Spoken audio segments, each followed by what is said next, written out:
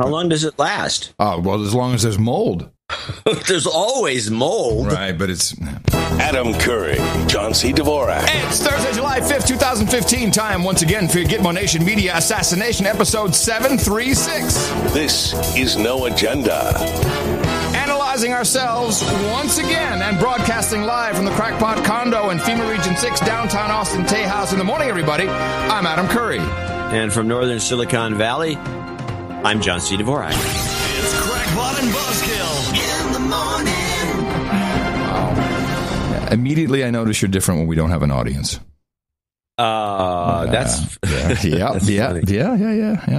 Huh. So this is episode 200.7. Wait a minute. Let's back up a minute. Well, why would I be different when there's an audience? I don't know. I'm a ham. I'm just yes. I'm just presuming. I'm just presuming that. That's funny. Mm-hmm. No, you were like, hey, I'm John C. Dvorak, everybody. Episode 200.7, a.k.a. 736. And we do these periodically. We've done it twice before. We did a show called 200.5, which was kind of an introduction to people to the show that don't get a lot of the memes and the noises and the things that we do and some of the history of the show. Then we reduxed the show. We did it again 2 years later. Which was around 435, I think. 436, yes, right, in the 400s. And we didn't do it since, and we're almost into the 800s now. So we felt that we should do one more look at the history of No Agenda, as we apparently, I listened to the show again last night. Apparently, we don't even know the history of the show. We don't know the answers to any. We had people ask us questions. We couldn't really answer many of them. We had a lot of theories. Right. And we never discussed much about the show being performance art, which it has that element. And I don't think we talked about that at all, which is odd since it has always been that way. And we wanted to do this one more time with maybe some more explanatory stuff. Play that one old show again.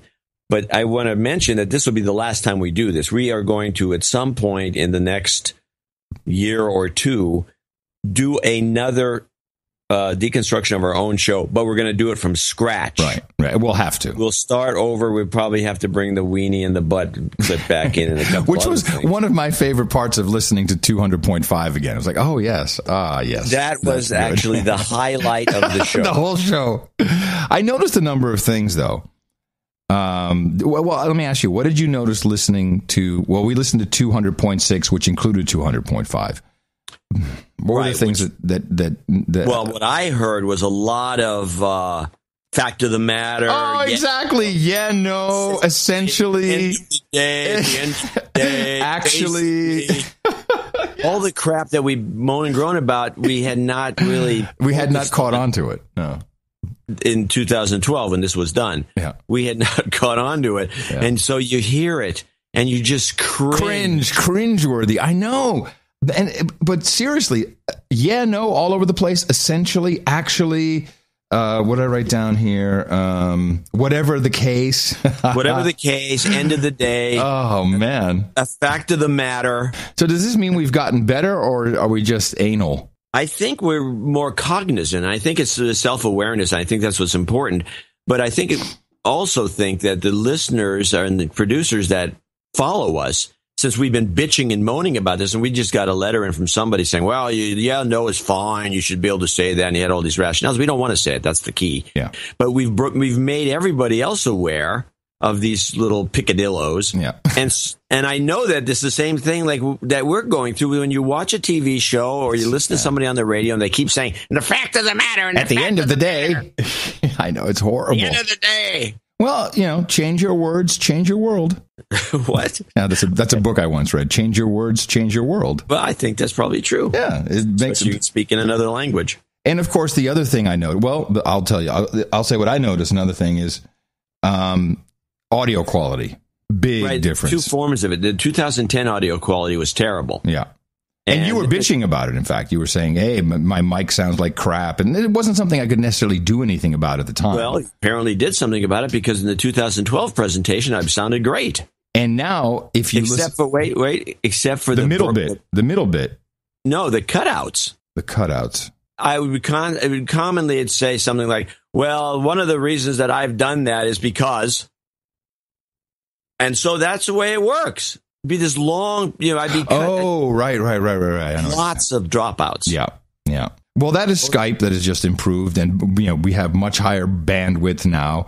But the main thing that's changed, and I've been on and you even say in 200.5, you'd say, we're anal about audio. We really like audio quality has to be good, and we were just struggling with what we had. I think at one point during that time, I was because I wanted everything to be as digital as possible or as contained as possible because of going on trips and traveling abroad and not wanting to schlep along an entire studio, and a lot of it was external gear. I remember at one point I was actually doing the show probably for a year and a half with a very slight delay on my headphones so I could monitor in real time what was happening. Because we record pretty much direct to tape, as you call it, direct to. So I need to know what the end product is, so we don't have to go back and do things after the fact. Not that that's necessarily all that noticeable in our performance, but anyway, wow, big difference with what we have now, and that is purely because of this Universal Audio real time zero latency plugin system that we're using. Right, which makes a difference in the sound. It also, that's another reason we have to do the show again from scratch next time, because the information that we gave out about the technical aspects of the show is all, except for my still talking free air, which you were fascinated with both shows. And it doesn't come up on the show much. I don't use headphones. The reason why I was, first of all, I'm still fascinated by it because it's just not a typical radio thing, I don't think. No.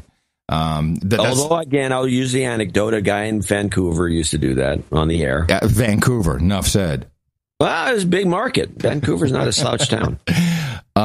We had a long period where, because I didn't have proper noise gating and other effects, where I would hear myself come back from your speakers into your microphone.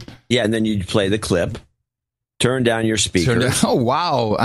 Do I even have that? We never talked about that on the show. I don't know if I have that. Let me see. Turn down your speakers, which was annoying. Yeah. And jarring. And it was, I banned it. Here it is. Turn down your speakers! And I always thought that was you. No, that's Michael Butler. Yeah, it was Butler. When you said Butler. That's good. But that was a function of my not using headphones. And, yeah. Well, it is. It has the audio equipment has drastically changed the show because we can pretty much do the same show no matter where I am, and you also are able to do it almost from anywhere because you pretty much just have to have your I don't your need microphone. As much gear as you. Are you still using your M Audio breakout box? Is that what you're using? Well, I'm using the newer one that has 2 channels. Right. And because the other one blew up. When I'm in Washington North, I do use the old M Audio box because I had 2 of them. One of them blew up, and I use it up there. But this one is really a nice box. This new one, I can't remember. It just says M Audio on it. Let's see if it's got a model number. It's the M-Track something or other. Yeah. The other one's M-Track too, but this is a 2-channel black. It's really pretty, and I don't know that it works perfectly, but it does work, I think. And it's fantastic. It sounds good. Well, you're the mic man. You have found the microphone that is perfect for your voice, for our setup. Is outstanding. Yeah, I've got a good mic here, and I used a PR40 up north. It's just then I don't have to deal with the 48 volts and all the rest of it because the old M Audio I don't believe has a phantom power. Right. Anything else we need to talk about before we get took a lot of notes. We can talk about it at the mid break. You had a bunch of stories that we talked about. Let me give the design of what we're up to. We've cut out the original 2000.6 opening because it makes no sense. It was mostly about Adam getting married. Right, and that's the reason we did that. It had nothing to do with the show. Right. So we're just pulling that, and then the mid-break, which answers questions. Unfortunately, the questions and the answers are dated. Yeah, agreed. There's a couple of things in there that are okay, but I may drop them in when I edit this thing, but we're pulling that out, and we're going to do a new one. And that's what we're going to do halfway through the show. And then at the end, we're going to have the original ending, which is the 200.5 ending. And then as we go to music, they interrupt those two guys. Yeah, those dudes. John and Adam from 2012. They come in from the past, and they interrupt the ending, and they're going to yak about something. And then the John and Adam from 2015, are going to interrupt them and finish the whole thing, and you're going to have a nice piece of entertainment and realize that this is being retired. So just in case, for whatever reason, in a year or two, we decide to still use something from this 200.7 show. I know we agree we won't. I just want to say hi to Adam and John from the future. Just want to make sure that they're all happy. Yeah, well, they may or may not be. You don't know. One more thing that and that partially has to do with the setup. And, we've improved a lot of the technical pieces. A lot of that is just Moore's Law. Computers have become better, and just the whole setup is much easier to handle for me. I notice that I am able to listen to you. I have better listening skills now than I had in both of those eras, let's call them that. And I still have, to this day, this is maybe a little known fact, after the show was posted and we're done, we always do a post-mortem. We gossip about stuff, nothing really show related, just old wives gossip, whatever. Well, we also discuss if the show had some issues. We talk about that which is what we're supposed to do, but we end up gossiping. Yeah, we end up gossiping. I always listen to the show, and to this day, still, there are moments where I'm like, oh, I didn't hear what he was saying. I didn't understand it, and that's mainly because I'm doing things. I'm getting clips ready, or I'm listening, trying to anticipate what clip you're talking about. Because in case it wasn't clear, and maybe this needs to be reiterated, we don't talk outside of the show. Rarely. I have no idea what stories John's working on. He has no idea what I'm working on. Of course, we kind of now, throughout the years, know what we may or may not pick up on, and I can actually say, I don't have to worry about that. I think John will cover that. And sometimes I do, and sometimes I don't. I think I missed one thing recently, and you groused at me. Yeah, it was the White House Correspondents' Dinner. Right, I missed it. I just missed it. It was you're right. I should have had a couple of good clips from one-liners and something funny. Right. And I missed the whole thing. I didn't even get to watch. I like to watch the red carpet thing. That's very fun. Well, one of these days, we're going to do live commentary. We're never going to do this. That's never going to happen. Right, probably not. But I think that I've gotten better at listening to what you have to say. And when I listen to these, to me, it's cringeworthy. Oh man, you didn't understand at all what he was talking about. And that's probably one of the biggest problems in life. But certainly in media, where most people, if they're interviewing somebody, we're not interviewing each other, but we're having a conversation. Well, we make clips from people that botch, somebody says something crazy and then the guy just ignores them. Yeah. So I'm completely guilty of that. But it's mainly because I'm doing a whole bunch of other things at the same time. I also keep my eye on the chat room, which is well known you don't do. Right. There's more benefit than not for me. Looking at the chat room, I'd get benefit out of it, but I said, I think in one of these shows, I think in 200.5, that it's so distracting to me because I just end up reading what they have to say instead of doing the show. Right. Well, and so it is distracting, and I read something, and then that I just didn't. Sometimes you just don't hear stuff. So I've gotten better. I'm happy with that personal improvement goal. Yeah, I think I've personally improved on some things, too. I should have, but I probably not as much as I'd like. I haven't been replaying clips that were played on previous shows as much. I don't think I've done it maybe once every 2 or 3 months, maybe. What do you... I don't understand what you're saying. You play a clip, like on show 250, and then 252, I play the clip as though it's new. Remember that? Yeah, you used to once in a while. A horn. Yeah. Yeah. No, the buzzer, which for some reason is one channel only. No, that wasn't the buzzer. You used to use that submarine dive sound. Wah, wah, wah, wah. I don't know if I have that anymore. I don't think it was the buzzer for that. I think we've lost a lot of clips. No, we haven't really lost a lot of them. Well, they're not technically lost. They're like stuff in my archives. I have no idea what that sound effect was. Well, it's not important. It was something. It was a whoop whoop or something. It was one of those military sounding things. I don't know what it was. All right, fine. All right, well, let's just start with the show 200.5, which is the introduction show for people who don't know the history of the show. We try to discuss the history, and then there's a break, and when we get to the break point, we'll come back in. Okay, here we go. Adam Curry, John C. Dvorak. It's May 16th, 2010. Time for your Gitmo Nation Media Assassination, episode 200.5. This is No Agenda. Welcome to a special backstage tour of the No Agenda show, coming to you from the Hilltop Watchtower Crackpot Command Center in Gitmo Nation West, in the People's Republic of Southern California. In the morning, I'm Adam Curry. And it's not really a media assassination today. It's a No Agenda assassination. I'm John C. Dvorak. It's Crackpot and Buzzkill in the morning. We still get to say in the morning. Yeah, definitely. Okay. In the morning never goes away. You know, the thing is, we should tell people, since this is really a show where we're just essentially going to talk about the show, and we're going to answer a lot of questions and probably ask some. But, you know, one of the things you should immediately note, we actually had to debate as to whether we're going to play the opening yeah, we did.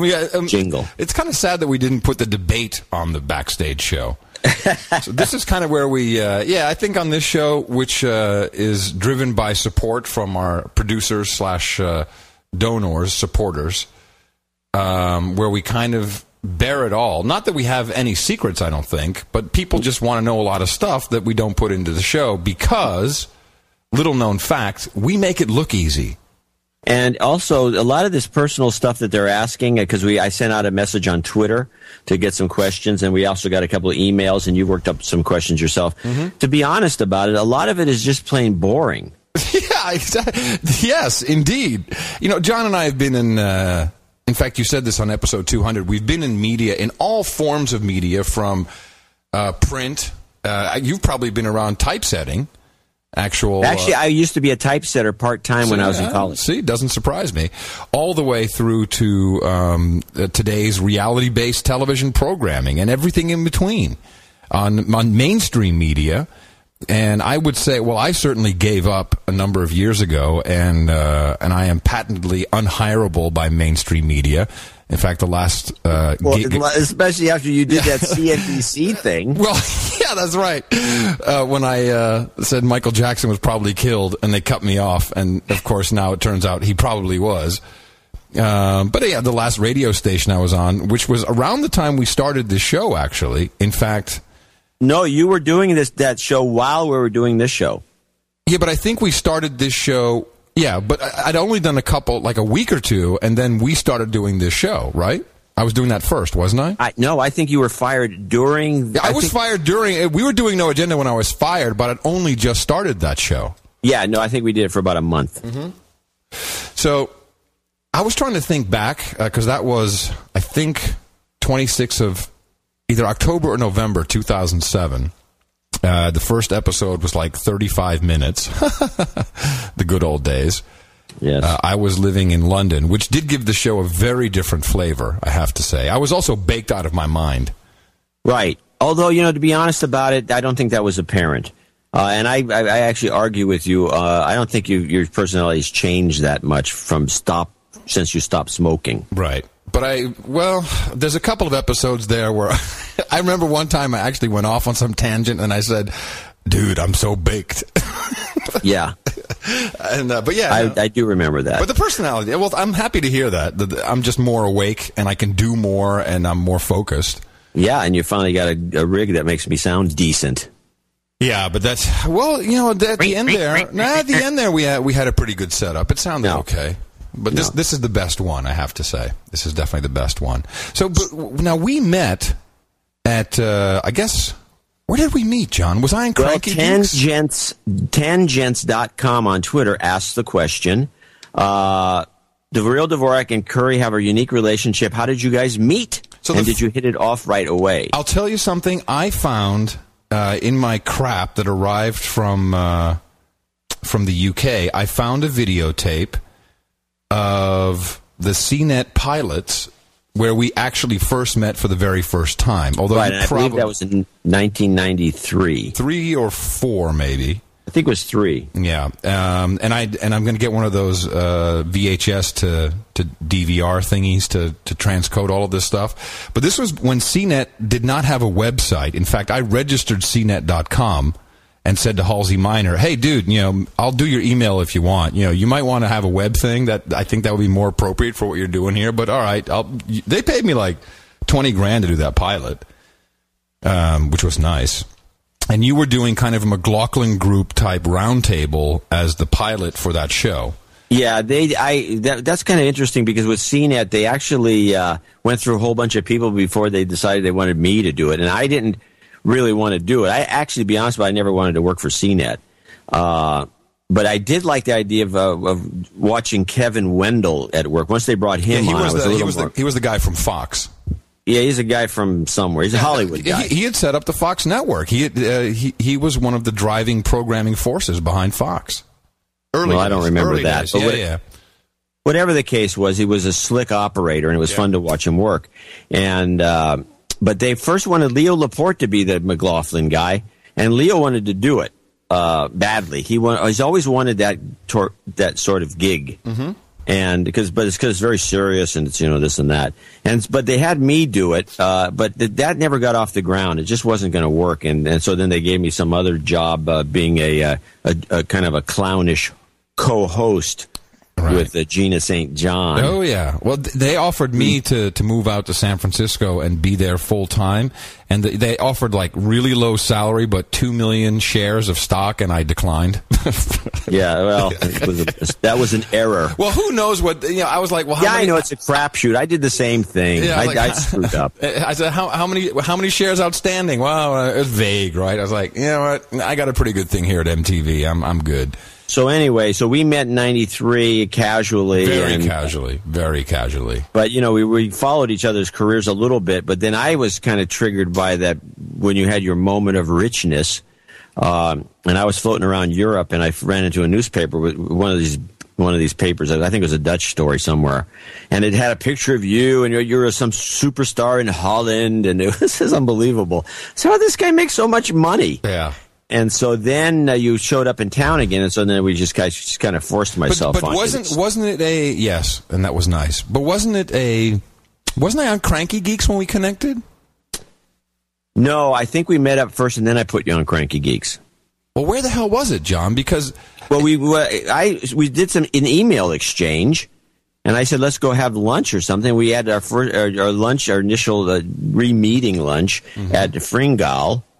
And we talked about, getting a daily news show, the Tech 5 thing, the ideas like that. And then we went and had a big meeting with Ron in the office. Yeah, Ron Bloom. You were on Cranky Geeks after that. I'm trying to look now in my email if I have something from you from that. Must have been 2007, right? Probably. So how do you do that in Gmail? Do you do date 2007?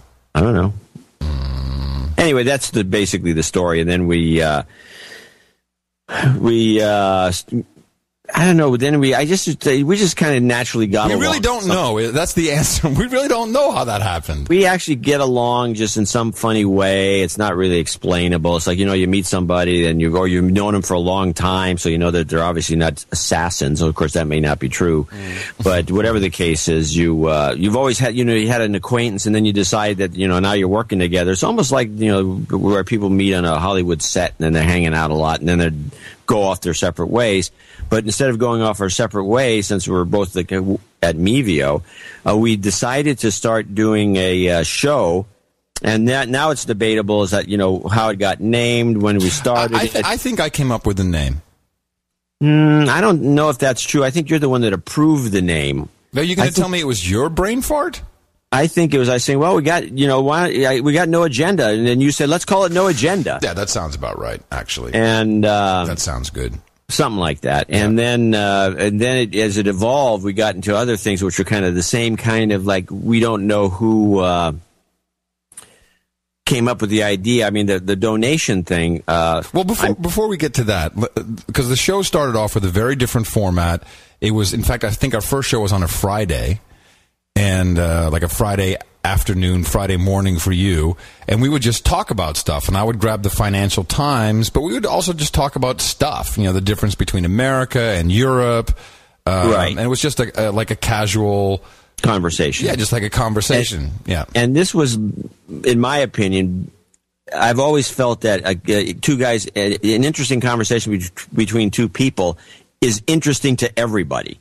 And I've always believed I could sell conversations I had with my wife, and I always felt that a good conversational show where there's not a lot of rehearsal or preparation, but just guys who just talking about stuff that they know a lot about. And coincidentally, because the two of us are so extremely well traveled, I mean, pretty much been everywhere, and observant, because we're generally floating around looking at stuff. It turns out that we have enough life experience to have an interesting conversation, and we're both from slightly different backgrounds, so we could complement each other in ways that I thought was interesting for people to listen in on. Yeah, and from my perspective, I was looking to do a show with total honesty, not in the regard of, let's all hold hands and tell each other a secret, but more like, why don't we just say what it is and not be fake and just talk about stuff, and we can contradict and we can have an argument, and we don't have to. In fact, we had no thoughts even, I think, about making money doing no agenda. Yeah, we had absolutely no agenda. And I was just happy that someone would listen to my bullshit. Like, hey, here's a guy who actually knows more than me, because he's been around longer for sure. And we'll listen to some of the, because I think I was maybe a late bloomer. I was like saying, oh, wait a minute, the world kind of works a little bit differently, because I was so embedded in the hits. That's all I did. I played hits on radio, on television, like. I knew what all the celebrities were doing, and all of a sudden, like, hey, there's something else going on here. I think I corrupted you more than you corrupted me when it comes to this show. Correct. I would agree. Mainly because of my natural cynicism. I took a test one. It was a computer software program some years ago. I've always found it fascinating. That was a career guidance. It was almost like it was a very elaborate computer test. You'd answer 1 million questions. It was like an MMPI or Minnesota Multi-Phase Personality Inventory that people take in some companies. It's actually an illegal test. You shouldn't be forced to take it. But it can tell whether you're a psycho and all these other things. And this was to determine what your career path should be. And I took the test a couple of times, and it was the weirdest thing to get back at the top of a career path. This is telling you, this is what you should go be doing. Right. Critic. Really? Yeah. That's awesome. That's really good. I like that. So anyway, we got that thing. When we started, there's a couple, I got like hand worker on all my tests. Like, you should be shoveling shit, boy. You shouldn't be in any kind of business. You might be surprised. That test was pretty amazing. I had other people take it. It was just like nailing people left and right. I wish if I could find it in my archives. I'll take it. If you can find it, I'll take it. Reproduce it in a modern format. It would be nice. So anyway, we started the show just casually, and it had it really started picking up a following quickly, and people were feeding back into the mechanism, encouraging the continuation of the show. And then somewhere along the line, this was your idea, I'm sure of it, because it couldn't have been mine. You decided to do 2 shows a week. Yeah. I don't remember why. There was some reason, because I think the show was starting to get long. It was get long, yeah. And we said, well, why don't we do 2 shows? Well, actually, that's when we made a real commitment, though. And that was much later in the game. We made a real commitment to do 2 shows after we said, hey, this is real. We're building an audience. But I think we were going for a good year there just on one show. We probably went a year building an audience, and we had a kind of a weird audience because there were really your fans separate from my fans, and my fans would say, you should do the show by yourself. You should get rid of Curry. And give that motherfucker 2 to the head, man. I can't believe that you would be getting the same kind of commentary. And it's always made me laugh because it's like, oh, yeah, that's what you want. Just some guy talking for solid. By the way, I have never... No conversation, no pace and flow. I have never received an email of someone saying get rid of Dvorak, ever. I have seen the get rid of Dvorak meme on Twitter, and I've seen it here and there. I've never seen it. I'm not kidding. I've never seen it. Nice then. Well, then your fans are less crazy. Hostile. Yeah. Hostile. Okay, so at a certain point, though, I think that what really drew us together is we're both radio guys at heart. I think we're, and I know I am, and I grew up in radio. Television was more like a sidetrack for me. I never felt I'm too tall, I'm too lanky, I'm too geeky. I have Tourette's. There's a whole bunch of stuff that would make me not ideal for television. My head isn't big enough to be really successful. I know about that. Yeah, you got to have a huge, not metaphorically speaking, but physically a huge head. That makes you successful on TV. We've already established that.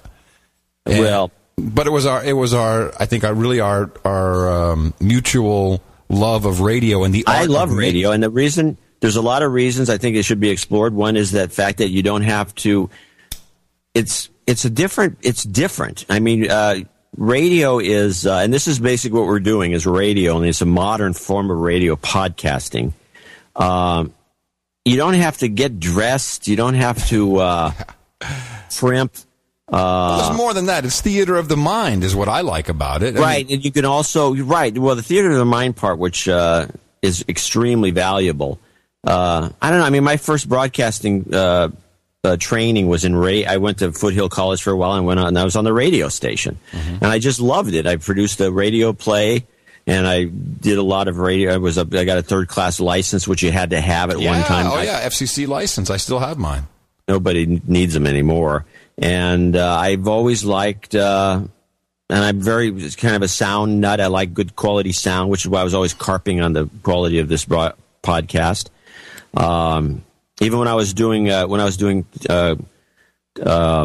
Silicon Spin at Tech TV, sound is always forgotten on television. No one gives a crap. And so, but I made a big stink about it because it sounded so bad. And two of the sound engineers that were working there I was their hero. Yeah, I know, hero of the sound engineers. Because the sound engineers couldn't get anybody to listen to the fact that they were using cheap mics and they weren't doing notching or anything. Right. And so it sounded like a cheap ass production.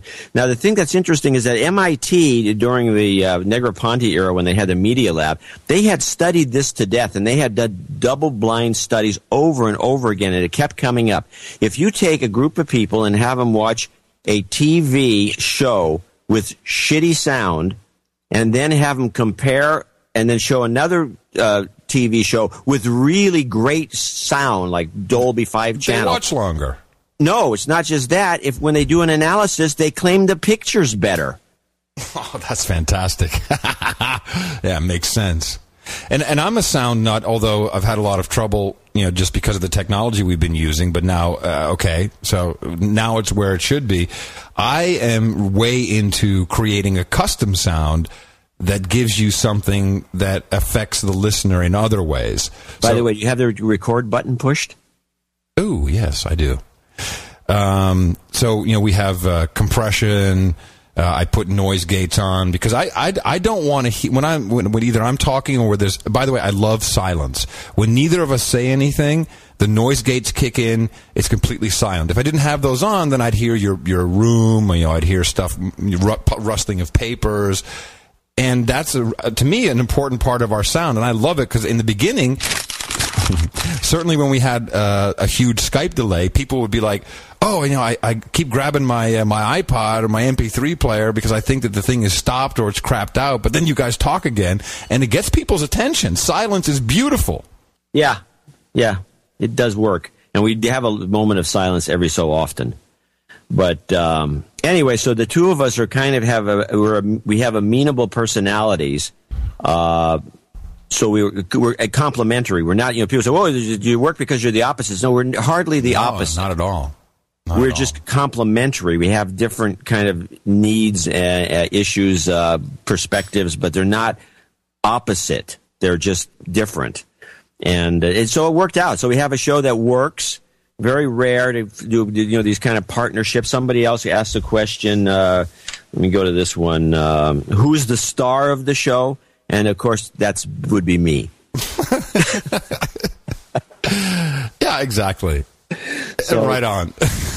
I thought I'd get that in before you gave the same line. I was wondering if we could actually say it at the same time. I'm like, nah, it'll never work on Skype. We'll never hit that at the same moment. No, but that would have been funny on stage. So, in a Smothers Brothers kind of humor way. There's no star of the show because... And there's no, like, sidekick. I mean, it's not like there's a dominant character. I mean, right. Adam produces the show, so he picks up the dominant side of the production because he's the one who hits the buttons that says in the morning, and he's the one who opens the show because he's got all that gear. But it just happens to be what you have to do if you're producing. Because if I was producing, you'd be starting the clips on my cue. I'd be starting the thing myself. But and somebody has to produce. You can't have two producers. No, that would suck. But what happened, and a lot of people talk about this. At least I've seen it around. Like, well, it used to be. In fact, we used to say the show that has we would open the show that has no jingles, no sound effects, no agenda. And then I think because people need to know that John is the kind of guy, and this is I really appreciate this, by the way, who will see something on television or find a crazy documentary or something that you're generally interested in, and it's often, I think, it's stuff that you don't even believe in or care about yourself, but he'll burn you a DVD and make a nice label on it, and I'm always amazed by the labels. It's always nice art, and it's labeled beautifully. That way, if the feds bust in, they look at it, they say, "Oh, this isn't a bootleg. This has got to be the real It's got to be the real deal." But that's not like movies. It's it's documentaries. It's different shows that he's seen. And you handed me a copy of The Family Guy with the episode Weenie and the Butt. And that really got because, again, we're both radio freaks, and we figured this would just be funny to do, and it kind of stuck. And I think that it would be fun. That's also where In the Morning came from, by the way. And it's such a takeoff on the Morning Zoo format, and which we both, I would say, love and hate at the same time. Loathe, of course, now. It's just so old-fashioned. But when you listen to this, you can understand why radio guys get off on Weenie and the Butt. It's about 2 minutes, this. Oh, that's the Hulu pre-roll. Watch your favorites anytime for free. Hulu. Hey, everybody, it's Weenie and the Butt here live at the Quahog Air Show. We're all ready for the Weenie Sound-Alike contest. I don't know, Butt. I don't think they can say my catchphrase because they no funny. Oh, there it is. And if you think you can say that just like Weenie here, you could win $97.1 for the cool weekend ahead. Weenie and the Butt. Weenie and the Butt. Cool weekends in the morning, 97.1 FM. Cool weekends in the morning with Weenie and the Butt. WQHT 97.1. 97.1. Weenie and the Butt. In the morning, cool weekends. FM. Weenie And the Butt. And welcome back. Excuse me, I gotta find a lost kid. Can I use your mic? That's what she said. Whoa, you got butt slam. Ho, ho, ho, ho. Listen, I could really use a hand here. That's what he said. Butt slam. That's Manic Monkey on 97.1. Manic Monkey 97.1. Cool weekends in the morning. All weekend long. Weenie and the Butt. In the morning. In the morning. On the radio. Give me that. Stewie Griffin, will you please report to the radio booth? Stewie Griffin. Hey, that's quite a voice you've got there. You ever think about doing radio? Well, I listen to a lot of radio. Peter and Lois leave the radio on when they go out, so I feel like somebody's home. Well, here's my card. Call me if you're interested. Hey, okay, we've got our first contestant. Let's hear Weenie's catchphrase. They no funny. I think we have a wiener. And that's Dickie the Punchline Donkey on 97.1. Dickie the Punchline Donkey on Cool 97.1. Cool weekend. On the radio. In the morning. FM. WQHT. Cool weekends. In the morning. On 97.1. 97.1. it's one of the greatest moments in Family Guy history. It really is. And they produced all of that stuff, and they must have had a ball, because it really was like that in the 90s, in the 80s and the 90s. Radio was absolutely in the morning on the radio. No content. 97.1. Zero content. All filler. And I used to hate it. We'd have to do liner cards. Here, read this, hit the jingle. All right, $100.1 in cash for you on Z100. Z100 serving the universe. So we kind of decided. We didn't decide. It just happened. Most of the show, by the way, for people who are asked all these questions, it's really an evolution. Yeah. There's no meeting. We don't have meetings. We don't really talk about. No. We. In fact, that's if there's a rule. We generally agree not to talk about what we're going to talk about because we know that what will happen is we'll start talking about it and then we bring it up on the show and then it'll always suck. There's it's like it's been rehearsed. Yeah, there's no tension there. Right, and so anyway, so this evolved. But what happened? Then of course you ran into Jeff Smith in the morning. And so we ended up getting a bunch of these jingles and things, which some people complain about. But the fact of the matter is, it paces the show well. It is a mockery of the other model, but it adds kind of a nice. I don't know what it is. The atmosphere is improved by it. The in the morning thing is used as a rim shot, generally, or it should be, and it is often. So I say something funny, which is very common on the show, and then he hits the rim shot. Or if you go off on a tangent. John C. Dvorak's pet peeve of the day. So we have a bunch of these things which we use, and now we got a couple of questions. By the way, that's an old radio trick for a segue. It's really. It helps transition the listener's brain from one segment to the next. It jars you for a moment there. And if you listen to our last show, show 200, Adam was going off the deep end on some topic. He kept talking. It was way at least 2-3 minutes overdue to stop it. And I told him to play the Adam Curry's pet peeve of the day jingle, which I knew would transition. It would stop him in his tracks. Adam C. Curry's pet peeve of the day. That's right. It also stops me. You're right. Yeah, it works perfectly that way. So the show, here's from one of our listeners. The show you do today is very different from the show when you first started, e.g. personal anecdotes are gone. No, they're not. Audio clips and jingles are now prevalent. Originally less than an hour a week, it is now 4 hours a week, and listeners are now asked to contribute cash. Is the show where you want it to be or you're planning more changes? The show just evolves, so we don't plan anything, although we do things individually that may or may not stick. In fact, if anything, we're always trying. It's more like when I find something, and by the way, we'll get into this, but a lot of people send me stuff. That's how I get a lot of good information, and either that's good or I'll find something else that is good that relates to it. I'm thinking, man, I'm going to blow John away with this. He's going to love this when I play this. I can just hear what he's going to say. That's what I'm thinking. Yeah, there's that, and there's the other time. Curiously, though, we both tend to be on the same stories, which is kind of interesting. But we had a show, I can't remember, it was about 6 or 7 shows ago, where you had actually collected the clips that were all complimentary to my discussion. And it was like, because I didn't get some of these clips that I wanted, you had them. And I actually thought that was the most unbelievable show we've ever done because it looked rigged. Yeah, it really flowed very nicely, and that happens from time to time. But yeah, I'm on board with the evolution. There's nothing absolutely nothing is planned. I have my own things. John has his things. Sometimes we might send each other a link from time to time, and even then, usually the link doesn't get discussed because we saw whatever, it's over. But we have a couple of common interests of things that are funny. That we think are funny. Usually they have to do with mainstream media. I think that's the most fun is when we rag on mainstream media and pull it apart and simultaneously open people's eyes as to what's really going on on television. That may have been triggered by the Weenie and the Bud episode of the Family Guy, because once we started mocking that model, and we started looking at the media bitching about it generally on a higher plane, I believe, than the people at Fox have ever thought of, and we realized that it was actually we were entertaining ourselves, and we knew it was very valuable information, and we had the time. It's not like anyone can't do this, but most people work for a living. If you're to have a job at Goldman Sachs and you're there till 7 at night and you have to get in early, whatever, and then you have to drink all day, which seems to be what the job's about, and watch strippers. You don't watch strippers.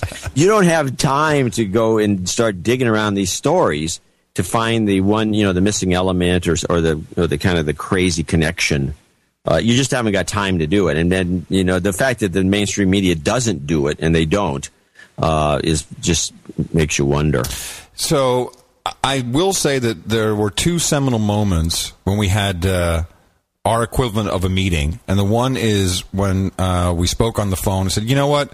This thing is real. This is really catching on. Let's do 2 shows a week.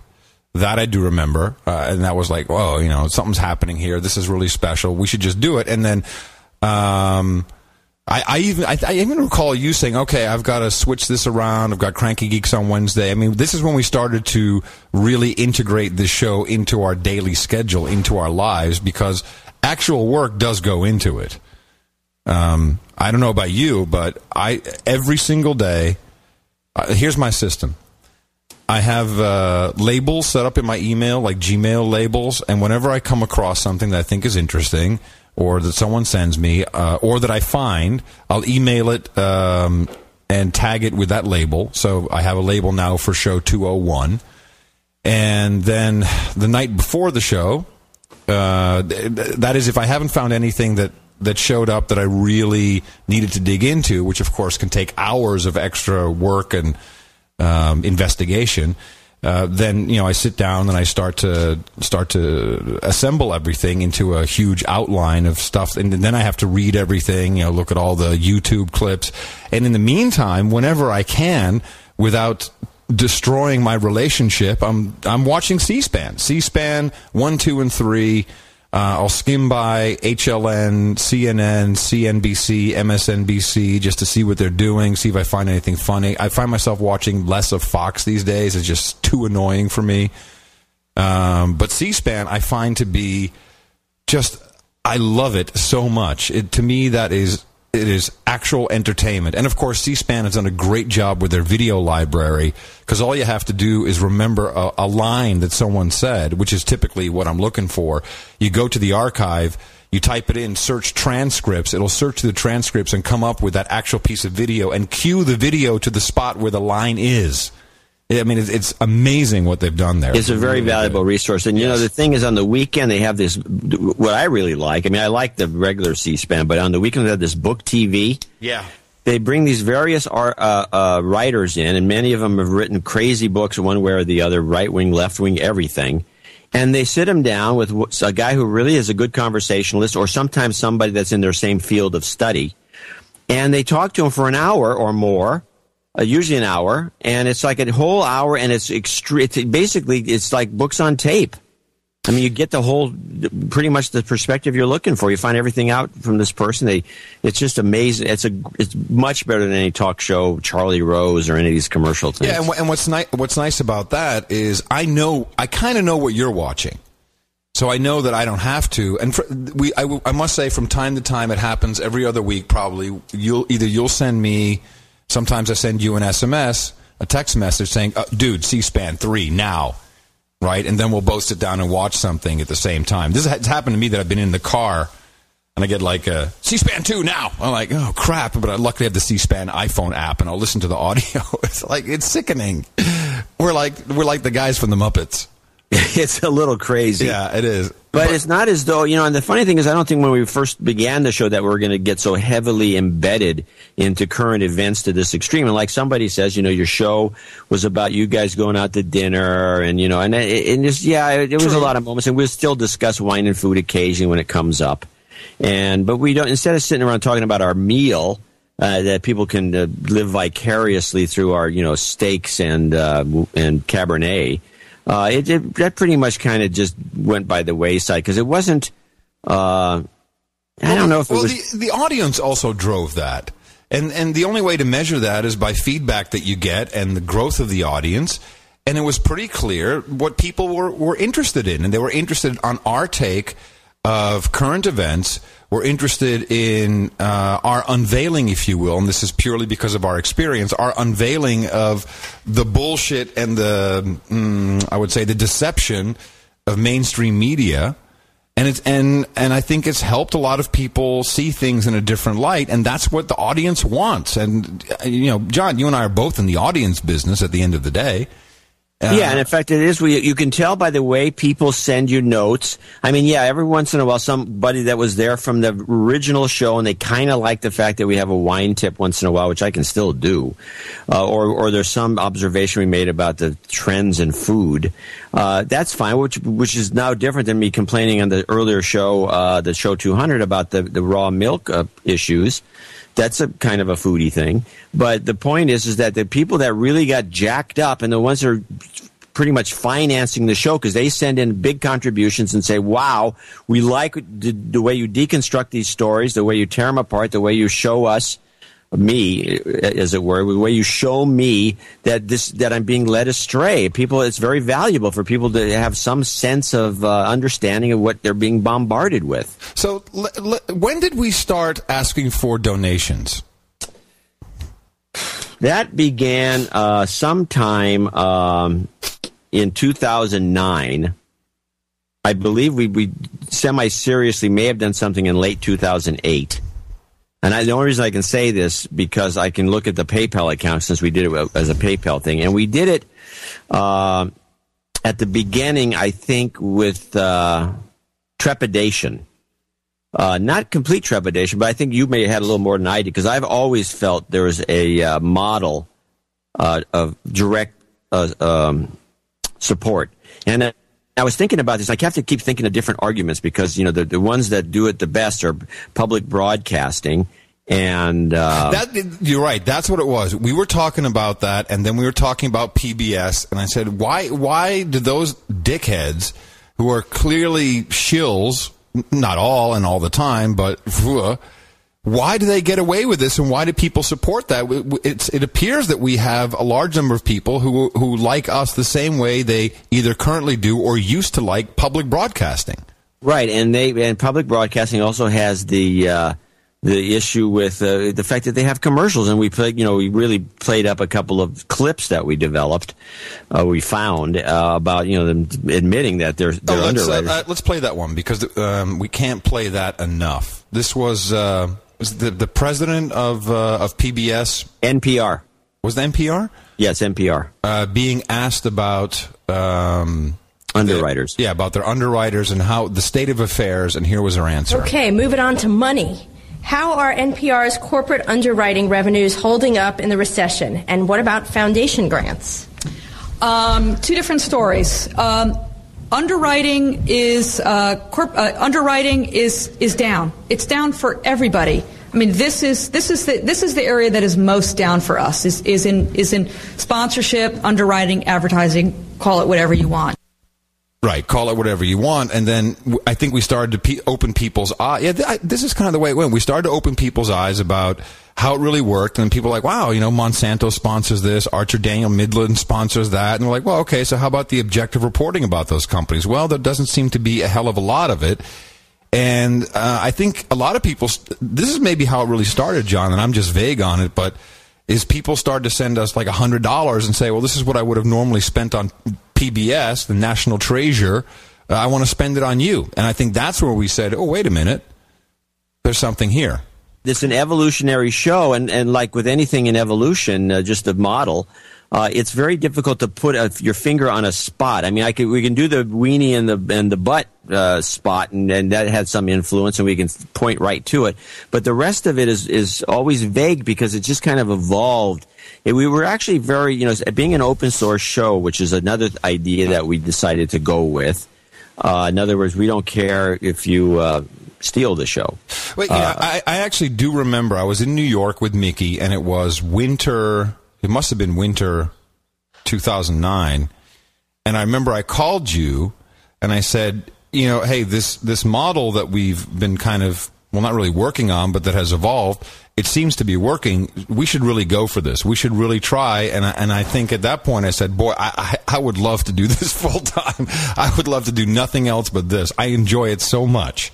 Well, the model, as I remember, I was always for it from the get-go because I've always admired the model itself. I always admired the fact that you can get, if you give people what essentially if you're doing it's like the Max Headroom thing where they had the direct numbers. The show was going downhill, the numbers would go down, and you could see it in real time. You can see if we're doing the right thing, if we're doing a good job, directly. It's not. It's value for value.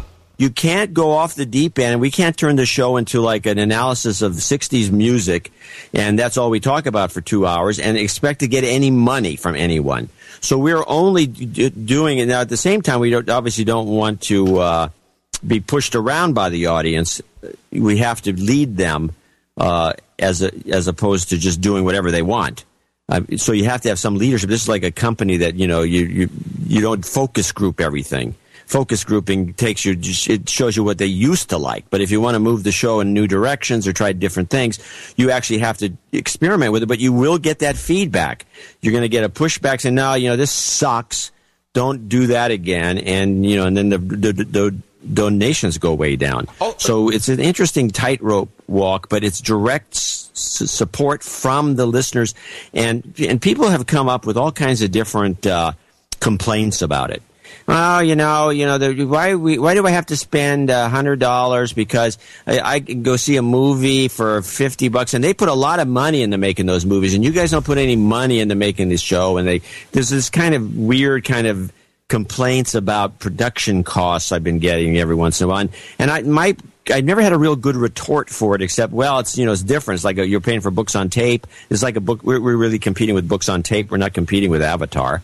And but then I started thinking about we're also competing with radio, but radio you get 22 minutes an hour of action. Well, less. Radio is terrible. 17 minutes of programming and 13 minutes of commercials. Make your choice. Right, and how much is your time worth? So I've used that argument, but then I also found another one, which I really haven't exploited on the show. But, because people do this production, well, it costs a lot of money to make a movie. What about a novel? Novels are one of the first businesses that are directly user-supported. Good point. You buy a book. Good point. And you read the book, and you've already paid your money. Of course, unlike our show, the book you pay in advance for the book. And you pay in advance for the Avatar movie. You pay in advance for a lot of these things. We don't do that. We're more of the church model where if you don't like the sermon, you don't have to put anything in the coffers. But it's the same thing. Your books are user supported. And there's no ads in a book. No. And once you get over the personal hurdle coming from mainstream, where, by the way, we hate commercials. I've always hated commercials. That's where the DVR is such a godsend. No, but I mean, just even as a creator of content, I'm like, I gotta hit the commercial break. I gotta wait for the commercials. Oh yeah, no, they're terrible. You gotta interrupt your flow. Watch one of these shows, anyone listening to this, on Fox or any place else, and they get somebody in a really heated debate, but they're on a hard break. Yeah. Oh yeah, I've seen this with Tom Brokaw and the president. And they got some guy screaming in his ear, counting down the commercial, and the president's actually just saying something really interesting. It's like, it's annoying. It's very, very annoying as a creator to go through that. But then it was kind of weird. At least for me, it was. You feel embarrassed to ask people for money, and there is a psychological hurdle. But once you're over that. You got over it pretty quickly. Yeah, it's easy sailing. It's like, hey, I had some pushback from the family. It's like, and I won't say who, but they know who they are. Yeah, how can you bring yourself to begging for money for this? How can you do that? It's beneath you. Can't you get some advertisers? I don't want any advertisers if I can get money directly from the listeners. I mean, why would I want that? Yeah, it screws up the product. It just ruins the product. I mean, there's nobody, and the thing is, most of the people have not.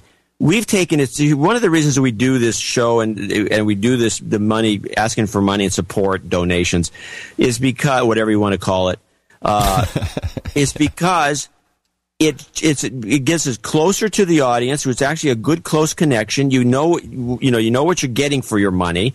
It just makes you feel more honest.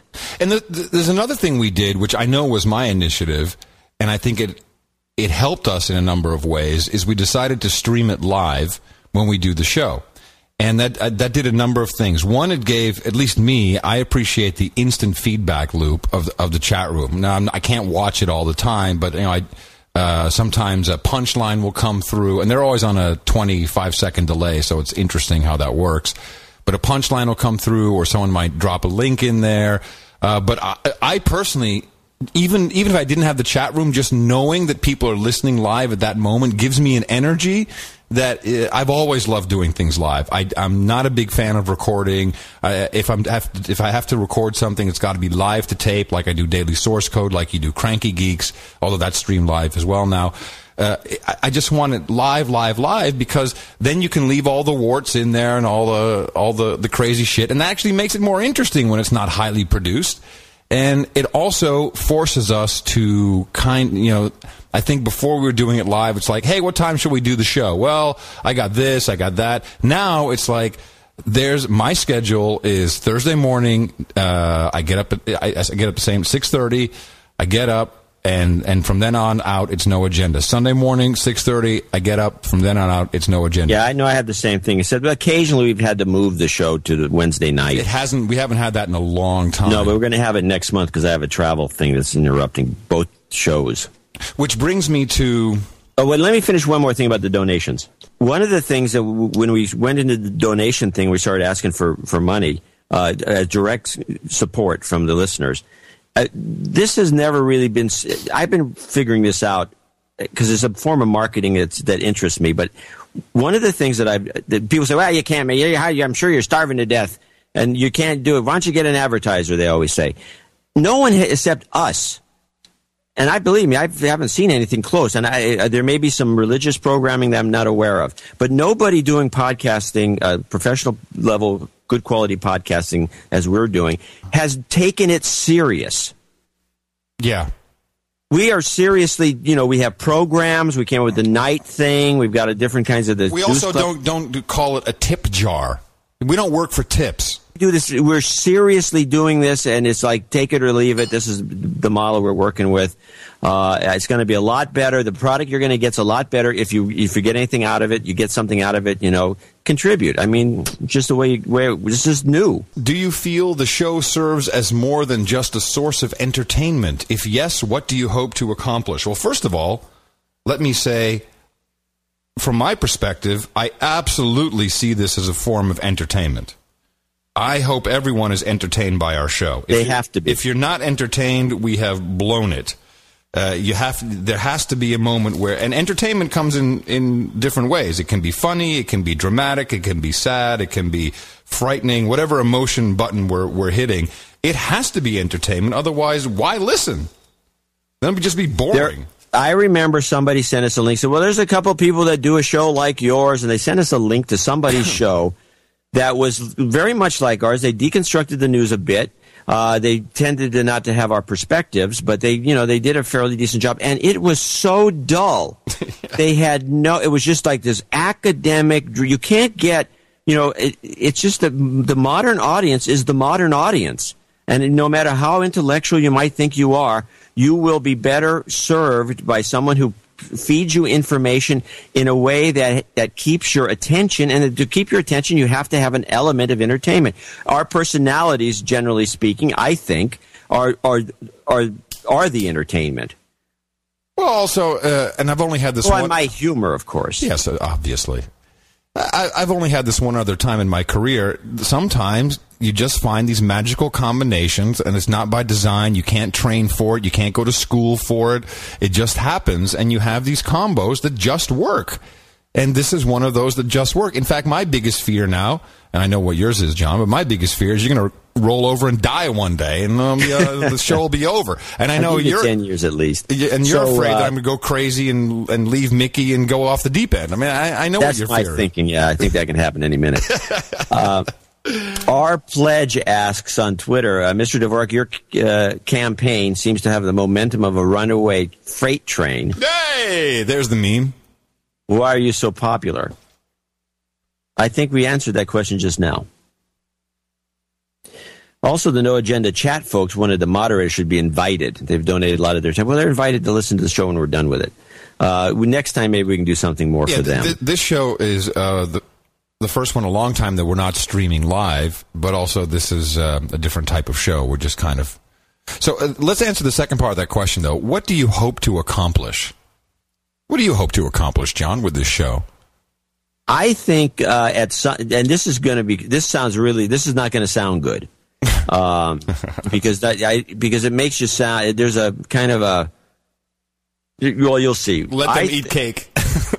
No. I think honestly believe that we're doing a serious public service to bring people, generally people that are listening to the show. I've always believed this even when I'm a writer. People always say, well, when I'm writing, like in PC Magazine, when I was writing all those years in Inside Track, I always had a vision of what was I trying to accomplish. And what I was trying to accomplish, because I knew it would get me more readers. It's a selfish reason, by the way.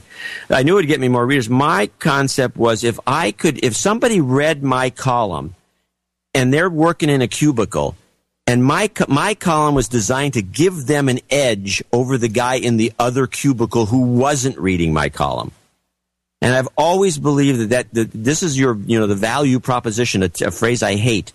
But it was one of the things it's always in the back of my mind. I'm trying to give people some edge over the people who aren't paying attention to me. Oh, no. This is basically, we want you, the audience, to be able to get laid because you sound smarter listening to us. Exactly. I mean, at the end of the day, isn't that it? Or a job, or a promotion. Or anything. It can enrich your life because you had that one little bit of information that someone went, oh, well, that guy said something interesting. Or, oh, she has an interesting take on stuff.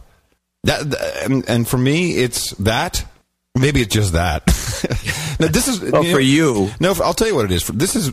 I think I was born to do this. I think everyone is born to do something, and it took me a long time with a lot of detours, and I've been counting down the hits, and I've pretended to run companies with varying degrees of success, but basically riding off of fame and fortune, which in itself is interesting to have a perspective from that angle.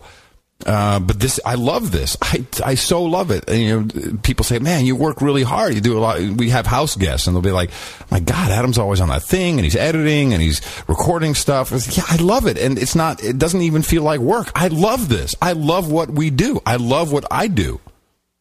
And that's also completely selfish, but if it gets you laid, hey. No, the good works generally are selfish at some level, because if you think you're helping somebody, sometimes that's selfish because you get a good feeling from it, and that's a selfish thing. Although it wouldn't be defined as such by anybody in their right mind. So let's talk about the open source model for just a wait, second. Before we do that, since you brought it up, I want to bring in Simon Smith's question from Twitter, which says, will you offer relationship advice on No Agenda? My wife doesn't react well to the hookers and blow angle. Really? She should try it. What does that mean? I don't know. Some people just... we do get... I hear a certain thing... two things I hear. One is people don't like the hookers and blow because it puts some people off. Okay. That's just who we are, I guess. And we find it amusing. I don't think, John... I've never done blow, and I certainly have never done the combination of hookers and blow at the same time. So you admit to doing hookers? Yeah, absolutely. You've never done hookers. Hello? I don't discuss these things in public. Hello, is this on? By the way, the hooker situation is a cycle. And the 30s, the 70s, lots of hookers. And so we're going into a new cycle of hookers. Probably starting around 2012. Let me put it this way. I am not against hookers. I think that there's a lot of bad stuff that happens in the sex industry. But if there's a lot of women who support their children and themselves, and if that's what they want to do, and it can be done in a safe manner, power to you. I grew up in Amsterdam. I saw it working quite well. Thank you. What's the problem is when it gets driven underground. But anyway, that's a whole separate show. So now what was your the second one? People say, well, I try to help people listen to this show, but then they hear the opening and the whole in the morning thing, and they think it's some BS top 40, weenie in the butt show, and then they don't listen. And I don't know what we can do about that. Nothing, but I actually like it because you have to. Once you get over that hump, then you can get kind of sucked in. So that's also a mask. That's probably important. Can you imagine some meeting going on at the NSA or the CIA, and they're like, yeah, we've got to get rid of these guys. I hear bad things about that Curry and Dvorak. Let's listen to the show. And they hear this whole in the morning bit, and like, well, that can't be anything. Or definitely puts people off. Or maybe Echelon. Echelon is sniffing our show, and they're like, "Oh, this can't be interesting." Yeah, just what you said. The guy goes into a meeting, says, "These guys they're subversive. These two guys," and the guy says, "Really? Well, let me hear the show." And then they start playing it with that opening. Crackpot and Buzzkill in the morning. The guy says, Get the hell out of my office, you crackpot! Get out of here. So it's by the way, that is now that you mention it, I purposely love, and I don't know who came up with the moniker, but I love being called the crackpot because it is the ultimate shield, the ultimate. Because some of the stuff we say, and I think we get pretty close to the truth on a lot of issues. I would rather people say, he's just a conspiracy theorist, he's just a crackpot, because that will save me from getting killed. We've talked about that. And I think it's a good theory, and it's a likable theory. But the guy, we have to track down the guy who coined crackpot and buzzkill. It was an email I got, and we mentioned on the next show. We mentioned it, and you thought it was great to be called the crackpot. Yeah, I love it. And then our artwork started to have crackpot and buzzkill put on it, so we just reiterated the whole thing. We should. So now, please, let's move into that open source nature of the show. So two amazing things, which are a part of the model, a part of the openness and the freedom and the support through donations, is we don't own anything. We don't. Well, I mean, I guess technically, if you really looked at it, we do. But we don't. A microphone. Yeah, but the show is whatever it is, and we have people cutting this up, splicing it, putting it into all kinds of making. Trance ringtones, making trance music out of it. But we also have people who create things. So a lot of our jingles, by the way, we could use a lot more, and we love them, but we are very critical. We don't just use everything people send in. A lot of people send in stuff that we just feel is not good enough. We have artwork, and we have two main artists, Sir Randy Asher and Sir Paul T. And they, these guys have jobs. They do stuff. Who knows what they do? And they spend their time. They create artwork for us for almost every single show. Now there's noagendaart.com where people can drop art, and we've used the art from different artists. If anything, so after every show, people should know we have a discussion. So the first thing we say is, what do we think of the show? And there's been a couple times we said, well, that sucked. And we're pretty brutal with each other, although John never agrees with my criticism of him. If I say, well, you sucked on that, it's like, no, that was really good.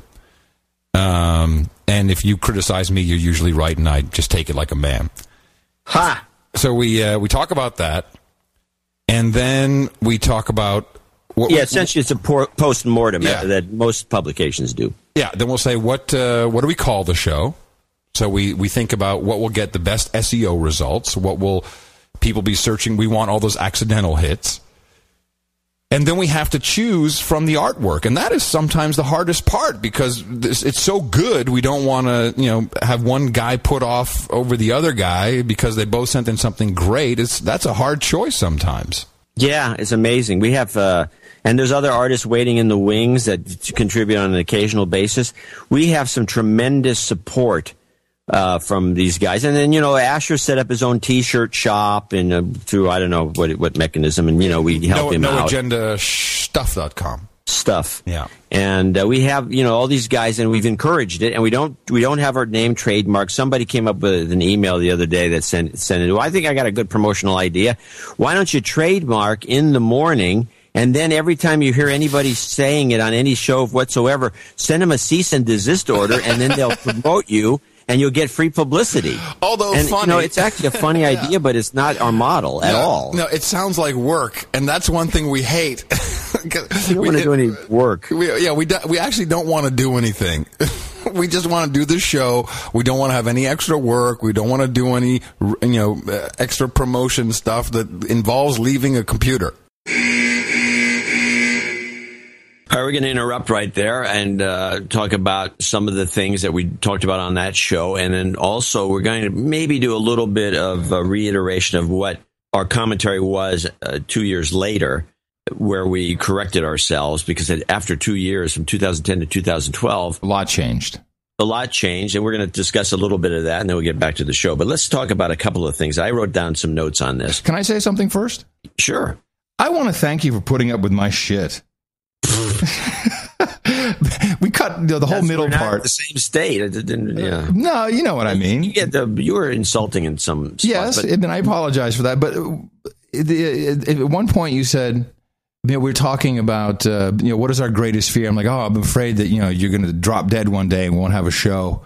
And then you were afraid of I would leave Mickey and go crazy. So you had part of it right. Yeah, you left Mickey, but she went crazy. Wow, who knew? Who knew? No, but I listen. And I'm like, wow, man. You certainly in the earlier part of the sequence of shows that is No Agenda, you put up a lot of my crap, and I appreciate it. You stuck with me. You hung in there.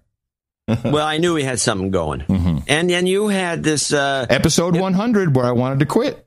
Yeah, you actually wanted to quit a couple of times. How stupid was that? Yeah. No, I did a couple of times. The show 200, by the way, was the Deuce Club show. We did very well. We had a lot of support, and we're changing our club structure so people can all be the Deuce Club members will be part of the club. Yeah, which I'll figure out somehow way to put that together shortly. But let's talk about a few of the things that we discussed in the interim that have changed, and one of them was show prep. Okay. You made you had the different way of doing show prep in 2010. You changed it a little bit in 2012, which was then you talked about it. Now your show prep is completely different to an extreme, I'd say. And what is it now? Oh, okay. Yes, that's a good question. Dave Jones, who is one of our producers who lives in Alabama, he's a dude named Ben for I think a tax preparation firm, a smallish firm. And he and I were kind of working on. Dave Weiner was a big outliner guy. Besides, working together on podcasting, but he's always been about organizing information and outline. I'm naturally drawn to the idea of organizing information in outliner with expanding, trees, and you can see what's underneath it. And Dave Jones, just on his own time, and this has been going on for, I think we're now in our 5th year, have been building this system, which we call the Freedom Controller, which is open source. You can download it, run it on your own server. You can do anything. You can replicate everything we're doing. It's, it has documentation too and updates, where I have this template for each show that has a lot of the initial things that are in there, but also there's an entire system. Whenever I see an article that I think is interesting, or if you send me a link that is an article that's interesting, I have a bookmarklet on my phone, any browser I have, and it will it will place that article into an outline format, and also save an offline copy, a stripped down kind of like a what is that? An abstract. Well, it's just without formatting. It's without the unformatted. Yeah. But it has everything in there, including the images. It'll save all of that. And what's cool about it is, I set up all these topics, and then I can drag and drop all the sound files in that we used after the fact. And pretty much the show prep is already the show notes. So when we're done, often we're still doing our post-mortem and our gossip. And then I hit publish, and it turns the show notes, all the stuff that we used into the show prep into the show notes. It's a dynamite system. It is one for me, at least on the production side. It really, really completes the whole product that we're making. And because it's all structured data, we've had these great developers who have been able to create apps, but also the search.nashownotes.com. All of that flows very easily, very automatically into anything because of the format that it's in. That's the main difference. It also saves me hours and hours of time. I can even, if you send me an email, and I did want to talk about that for a minute. If you send me an email, I put it into a folder on my IMAP email system, and then when I'm doing my show prep, usually the evening before the show, I can hit import, and it'll import all of the emails that I've saved, which just have text or something interesting that someone said, and I can go in and edit out any email address or anything I want to. So everything flows into this one system, And it's really dynamite. It's. I think that every podcast should be using it, quite honestly. Well, on the night before, what do you do? That you say show prep. This is kind of show prep. Right. So the night before, there's the night before and the morning before, and I don't have to get up as early as you do, but I get up at 7, and the show starts at 11 for me, so I have all this time. The night before, that's really when I go crazy, just getting as many clips, recording clips, doing as much as I can, which will also be intermingled with if I have an analysis of something. So if there's a document, if there's legislation, if there's something else, I'll really spend a lot of time the evening before. I typically don't go to bed before 1 or 2 a.m., so it's a short night. But I get up in the morning, and then so the clips are kind of all ready to go, and then I start organizing all of the topics into the familiar. If you look at the show notes, into all the familiar subheadings of different topics that we discuss. And then just before the show, I organize the clips into little folders. You send your clips. I don't listen to them. I just drop them right in. I don't even really look at them at all. If you send you've decided not to listen to my clips. I've never listened to your for clips. The purposes of extemporaneous discussion. Surprised. I mean, yeah. No, that's the way. Our whole theory. I think we talk about it on. We do. Yeah. Our whole theory is, and this is based on a lot of different things we both experienced, is the pre-interview and the rehearsal. Yeah. If you do that, you kill it. Yeah. The life is drained from a show like this if we rehearsed. Yes. So it's done as a performance art. It's done like a improv, and a lot of people are surprised by it because we're so good working together. Which is the reason I think you like working with me. Is that I am fairly good. I'm not as good as I could be at cueing you.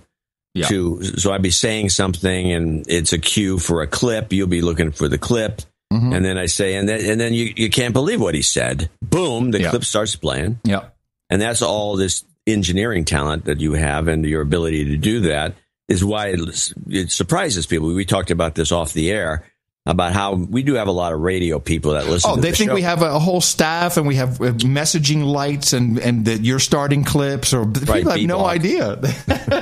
I want my morning show to sound like that. I said, well, good luck with that, buddy. That's not going to happen. So it's all single-handed, which is and slick. We do drop the ball occasionally and something. I always have to stop the clip because I didn't set it up completely, and Adam's jumping the gun. Yeah, and sometimes he heard a cue when there wasn't one there, or you'll be talking about a clip, and I'm like, "What is it?" But then instead of digital, it'll be digital. You play the wrong clip on occasion. Or you just misspell clips sometimes. No, not sometimes.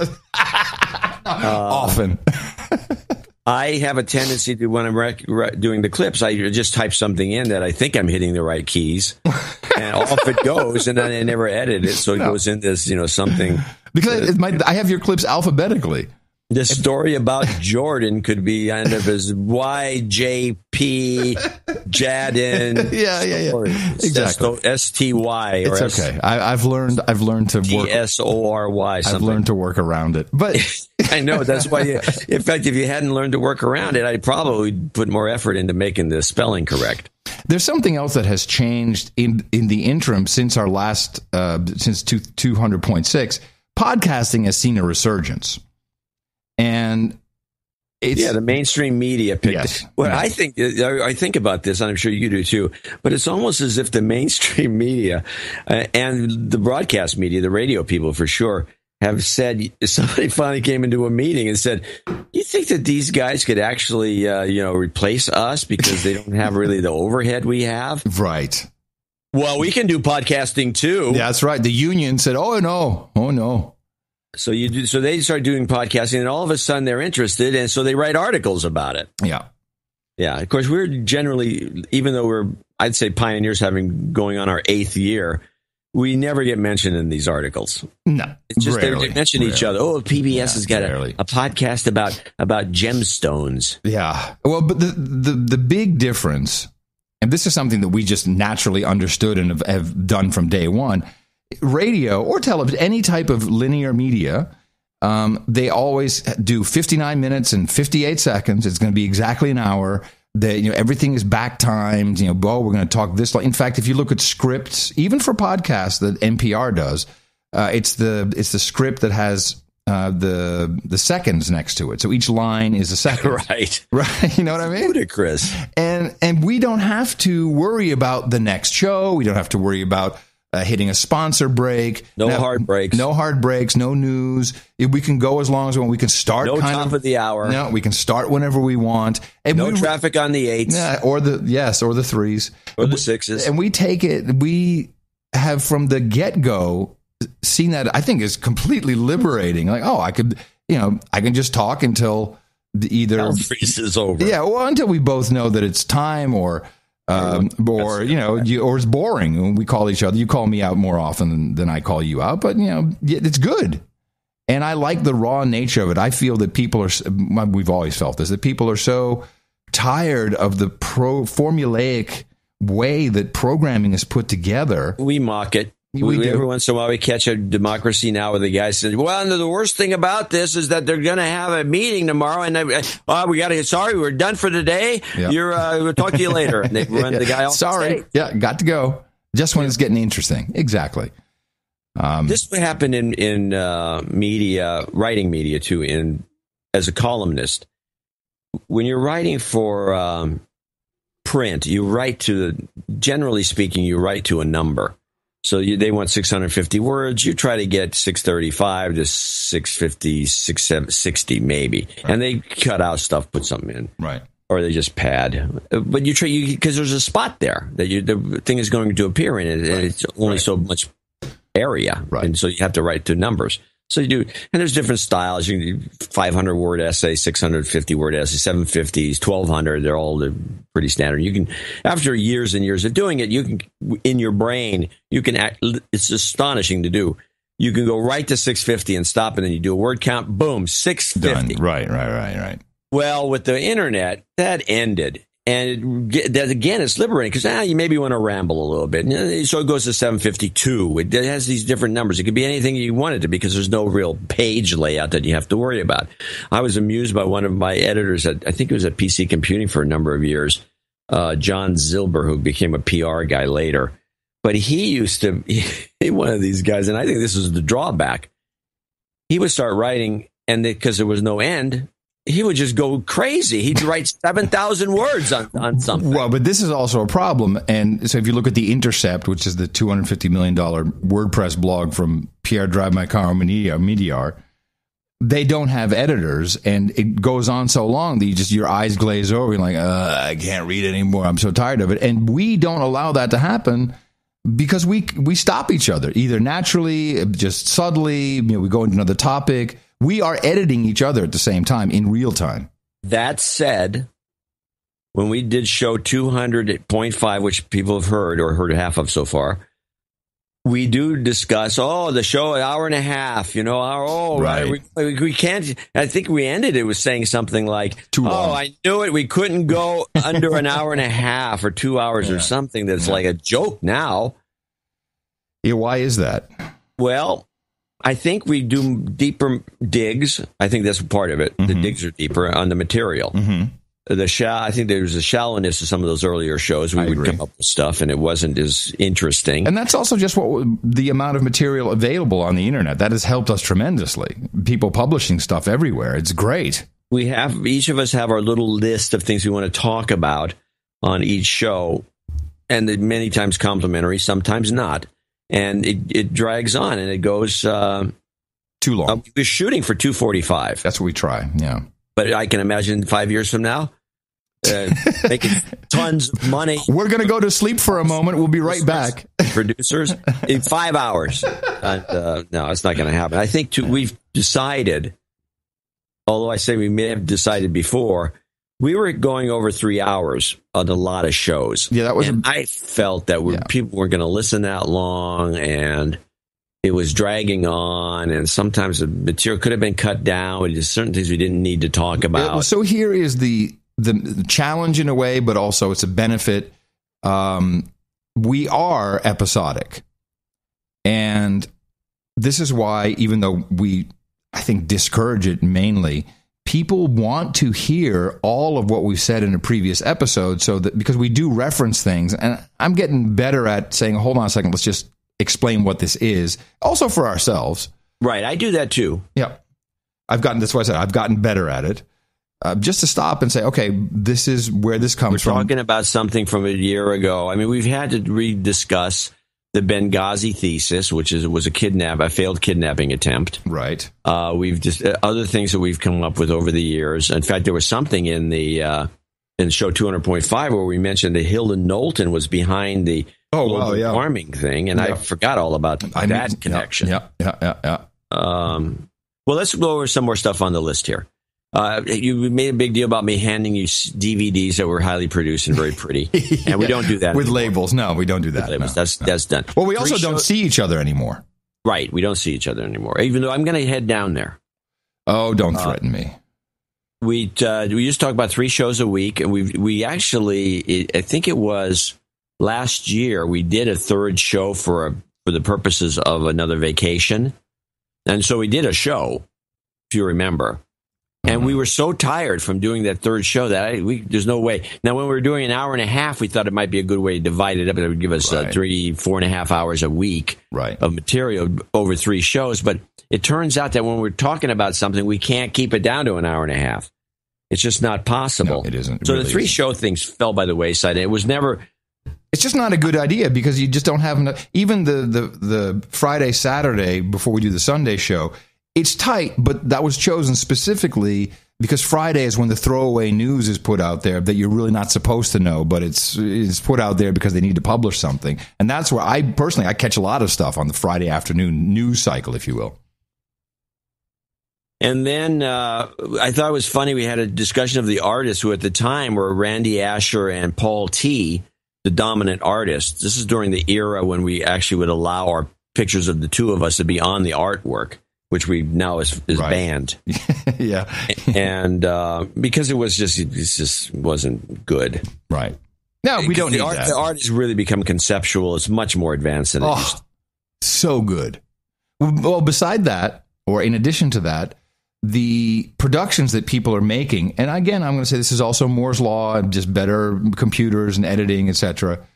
We now have entire songs, mashups, stuff put in the right key. I mean, really top-notch stuff that when I was working in Top 40 Hit Radio, we would contract with people who would do that for a living, and they'd make something or a spoof song, and they'd send it to 20 stations and get, because they're all on the payroll. We have people doing our producers doing such high-quality work. It's really astounding, some of the stuff that we receive and use on the show. Right, and I think that's a function of our open source nature and the volunteer nature of the show, which is unique. We did discuss a little bit about how the funding works. Mm-hmm. We had there was one part of the conversation that I thought was interesting and wasn't really explored, but I like a brightly lit room. And Adam, do you still like a dark, dingy kind of cave-like atmosphere when you do the podcast? Yes, yes, I do. Why is this? I don't know. I think I explained it previously. I can't read in the dark. Yeah, but I'm reading stuff all the time. Yeah, but I'm reading the screens. You read off paper. I read off screens. For me, it's a romantic. It's part of for me, it's part of the theater of the mind. I like to be closed off. Dark room. Yes, I didn't. Well, back when I was smoking, and I smoked continuously during the show. I only needed a green visor, and then I would have been set. I'm sitting here with the single light bulb somewhere, and so now it's in the second bedroom is the studio, and I have one of those big heavy moving blankets, the kind that you accumulate after many moves. Then it's on It's on a wall? No, because I'm facing the window. The shades are drawn on the window, and then this big black moving blanket is in front of, mainly for noise, of course, for the so I don't have an echoey sound to make it a little deader in the room. Yeah, but it also really brings down the ambient light. I like it. It's just what I've always romanticized. I've always wanted to be the night disc jockey, even though that's where the shit. Oh, the close up of you announcing to your mouth, close up of your mouth, and a close up of the microphone. Your lips come close to it. Yeah, and it's a hey baby, hey baby. And it's raining outside. Somebody's driving in a car with the windshield wipers going back and forth, listening to you on the radio. This is the Night Owl. I'm telling you what's going on. We play another set of Led Zeppelin from beginning to end. Yeah, that's my romantic nature. Well, whatever works. Yeah. on the other hand, have thought about deadening up the room, because I know that when you have a dead room, you have a nice sound. But I don't. I let the ambience do its thing, and I don't know that it hurts that much. I play the mic pretty close, so I'm not like too concerned about it, even though it's not as directional as the Heil PR40. And what are you using now? I'm using a CAD 3000 from China. China. Yeah, I know. Yeah, nice. I know. Nice. I'm using the Rode. I've changed. I'm using the Rode Procaster. Okay. I'm a close micer. I like to spit in the mic. Yeah. Well, I use this mic because I was doing research on mods, and I do have a mod mic which I used for quite a while, the Jolie mic, and which has modded everything. The whole thing is just a completely remake of a Chinese mic, which is these modders love to do. And so I ran into this one guy who's a major modder, and he likes to fix mics and do crazy things, but he claims that a lot of things people do, especially removing the capsule, it's just a waste of time. You just want to deal with the electronics. Mm-hmm. And so I asked him specifically, well, you do a lot of mods. What is the best mic made in China, period? Do you have any idea? And he says, and he named this mic. Huh. He says, this is the best mic he's ever seen coming out of China. It's an American company, but it's Chinese mic. Is that the one in California? CAD? No, CAD is in the Midwest, I believe. Oh, okay. Something audio devices. And I think they're in Indiana. I don't remember, but the mic is Chinese mic, and it looks like a Chinese mic, and it has we listened to all these mics, and you have to have final approval on the mic, and you said that mic sounds terrific, and so I've kept this mic and I've been using it with a spit screen, and I'm very happy with the sound of it, and it's a good mic. It's got a figure 8 pattern. It's got capsules in front and back. It's got a nice overall. I think the build is nice, and it was $100. Nice. Well, here's a little thing I'll just show everyone how it works. I'm big on noise gates. I believe if you can't afford the NPR-like studio, which is really dead. And I read an article recently about the sound. There's a whole philosophy behind it. But so you need to have a very fast-acting noise gate, so that when you're talking, you can hear the. And when you're talking, you can hear there's ambient noise. Especially if you have your window open or if you have a fan on or anything like that. So I'll just turn yours off right now and we'll turn mine off. And people who are listening to the show. So now I even have a low rumble coming from somewhere. It's so different. We sculpt the sound to what we want it to be. Yeah, curiously, Horowitz has a noise gate that he uses when we do his the Horowitz show, DH Unplugged. Is that recent? It's pretty recent. He actually took over. He called me and he said, I want to set this up. And I walked for 2 hours. I walked him through what he needed. And it was kind of like, helping the stewardess land the 747 in a way on the phone. I'm going to turn the noise gates back on. Hold on. Yes. And I said, you want a noise gate, man. You really want this because it just enhances the closeness and the personal nature of the sound. And I like it when it's completely dead, and I love the fact that we have silence from time. We talked about that on 200.5. You harped on it. I like it. I like it. Yeah, I like it. It jars people awake. I actually like the dead room sound. I mean, I don't mind the NPR sound. But it's as good as a noise gate. The NPR sound is dead. It's totally dead, and I know how to do that sound. And we had the Cranky Geek show, and it was being produced in San Francisco. We had the black, because I wanted the Abyss look. It's a look I like on TV because it's cheap and it works, and I don't know why it's not used more than a busy set. So Charlie Rose is the best user of the Abyss. Right. So you're in a big black room. It's actually a form of black velvet. Yep. That the camera can't pick up where it is. It's like magicians use it constantly, so you can't figure out where the mirrors are. Where the rabbit's coming from. And it also deadens the room, and if it's in far enough. Mm-hmm. So you can get a very nice sound. You can use the cheapest microphone, and you sound pretty good. What was interesting is when before I disclosed what had happened with my personal life, I was in this apartment, and I didn't have any stuff. I had nothing. I didn't even have the moving blankets. And a number of people said, hey, what's going on? I hear something. Something's different about the sound. Wow. Yes. You know what? Steck noticed it. Huh. Yeah. Well, anyway, back to the question, especially the list. Cost of producing, somebody brought that up, and there was no real answer. I mean, we do have to pay for bandwidth now, and it's not cheap. And again, we have Void Zero, Sir 19-inch rack. Yeah, and he has to do all the heavy lifting for. He's the sysop that's super talented. Dude named Ben. Yeah, he runs the infrastructure. Of course, we do have to pay for, but he's come up with. This is a legacy from the No Agenda Stream folks, Mr. Oil. When they set all of that up, they were thinking of starting a business, and that didn't really pan out. But we were very happy to assume what they had created, and Mark does that for us out of love for the show, and we love him for it. And his partner, Iris, who, when he was in the hospital, she was running. He had given her instructions. She was making sure everything was working, making sure the stream was up and changing stuff, and it's cool.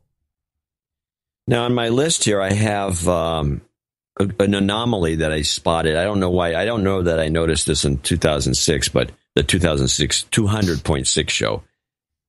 You said something about how we promote or something, and then you said, I said something about, well, I tell people to go to the No Agenda Wiki page. Right. And then you went kind of like, why? Why are you sending people to that? With that voice, even, I remember. It could have been. And it was like I was befuddled by this because it's always been a good page. It has a rundown of some of the basics of the show. And one time when they edited it down to next to nothing, I bitched, and somebody put all the good stuff back up there, which is the meaning of the jingles and the memes and the rest. But I was kind of befuddled by your response to that. And then I think it was because that was the era when you were irked about somebody messing with your personal homepage or something. It had nothing to do with anything I was talking about. Remember that? Yeah. I also remember that luckily they put our height on the wiki page. Yeah, you were talking about that. I don't know if that's still up there. I know it was humorous height. It was like, I don't know, 4 feet and 500 inches or something. 5'17". Yeah. I don't know. I just want people to listen to our show, and as witnessed by our great websites, we really don't care much. Other than get the show, and if you want to go to the show notes, they're detailed and you can get to them. Then they're indexed, and I just like it when you type in No Agenda into a search engine, the first couple of pages are ours. 7. Is it 7 now? That's great. Been 7 for a while. Great. And there's somebody every once in a while something sneaks in. It's always galling when you see that. It's been a while since I've searched for our yeah. Manny Pacquiao says he has no agenda in the fight. Something. Okay. Right. I got you. Yeah, that kind of thing. I don't really have anything. I do have a couple of questions myself. Mm-hmm. Do you still use that Soundbite software? I do. Yes, I do. So it runs on my original iPad 1, Wi-Fi only, and you run a little program on the computer. One of these days, I will publish the whole setup. It's just I want to do it. But you've been saying that for years. It's because I need someone to come. My Vinegar book. I'll put it over here on the list. Yeah. Okay. Yeah. We'll see who releases it first. The Vinegar book or the sound setup. But it's really it's nice to have a number of go-to things. And let's see, 1, 2, 3, 4, 5. 1, 2, 3. 4. There's 50 clips that we use regularly, which includes, for instance, this may be for some people interesting. So if we do the birthday song, right? So that's pretty much one bed, and it goes on and on and on. And then when it's time for me to end that, I start the second one, and then I just stop the first one. So you can make it as long as you want. I'm not really that talented that I can fit everything into these pre-produced beds. All the time. This is the way you do it. Yeah. You're doing it. Yeah. Well, this is old pro. Yeah. Exactly. Kind of stuff. Yeah. So I do still use that, and I like it a lot because I can have a separate couple other things like that you do that with. I think at the opening of the show, of the show is the same. Yeah. Actually, that's 3 elements. So, did you know that? No, I didn't. I always thought it was 2. No, so it's the first one is Adam this. Curry, John C. Dvorak. And then that goes on. I do my opening thing, and then but I do time this to say, this is episode 7, 3, 6. This is No Agenda. And then that ends, and then there's a second one that I start here, which is this, and that just goes on, and then you come in, and whenever you're done and you say, I'm John C. Dvorak, then I hit... It's Crackpot and Buzzkill in the morning. So that's all. It's just standard radio stuff. The second part was an extension of the first. That's interesting. No. Yeah, so I didn't know that. It's funny. Yeah, things you don't need to know. I don't need to know, and I don't. You don't want to know. No. What other questions did you have? You had, well, now that we're here in this segment, before we go back to the show, I think you should play us one of the things that we've done only recently, but Adam, I encourage him to do these medley of clips at the end of the show. So it makes the show kind of, it's like the dessert, the way I see it. And people, if they listen to the whole show, they might as well get a kick out of some of the clips. Why don't you play us why don't you just play us a shot of, not long ones, but a shot of all the short clips you can quickly get to. Say you got your little push button device there. Yeah, but those clips, you mean short clips or the longer clips? No, the short ones. Oh, okay. I want you to just run down what's right on the thing right there. Go. Oh, okay. Here we go. That's the news flash sound effect. We have this, of course, when we always tell people to go out and hit people in the mouth, which is also 2 clips. Our formula is this. Got that one. We go out, we hit people in the mouth. And then the second part of that clip is this one. It's the New World Order stuff. And then I might add this in. Shut up, slave. That's all separate. Hey citizen. We have I have a ding. You have a bell. I have a digital bell. See, my bell is this. And then we have our phone call whenever we do a little phone call bit. We have that. We have... if you see something, say something. We have this one. Just take your medicine. Just take your medicine. We have your favorite. By Ayn Rand. And then we have the 2 to the head, of course. We have this one. That's one mother I'd like to. Then I have 3 science clips. So the longer one is... The science is in. Science. So we have the science ISO'd. Science. Or we have... The science is in. And then, of course, we have our standard... In the morning. We've got the Spanish. We got Chinese. We got French. We got German.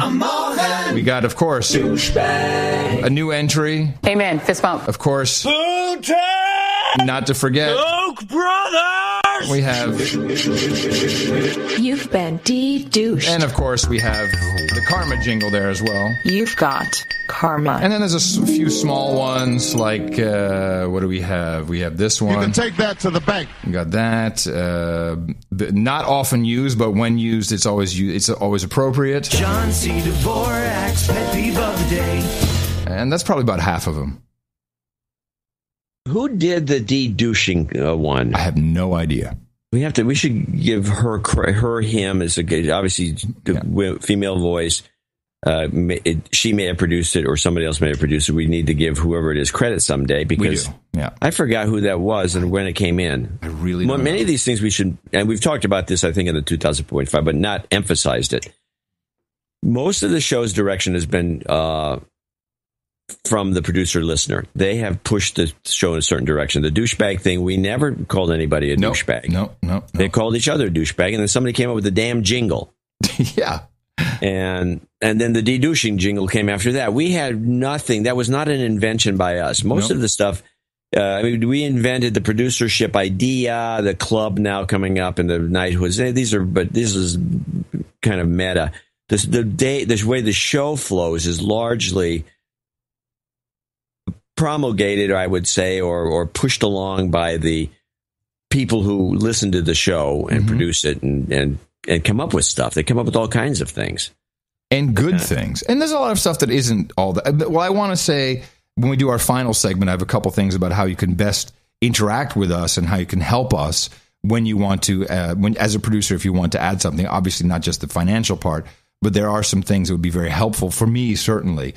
I'm trying to find this one producer who has done a lot of these jingles, and this is the problem.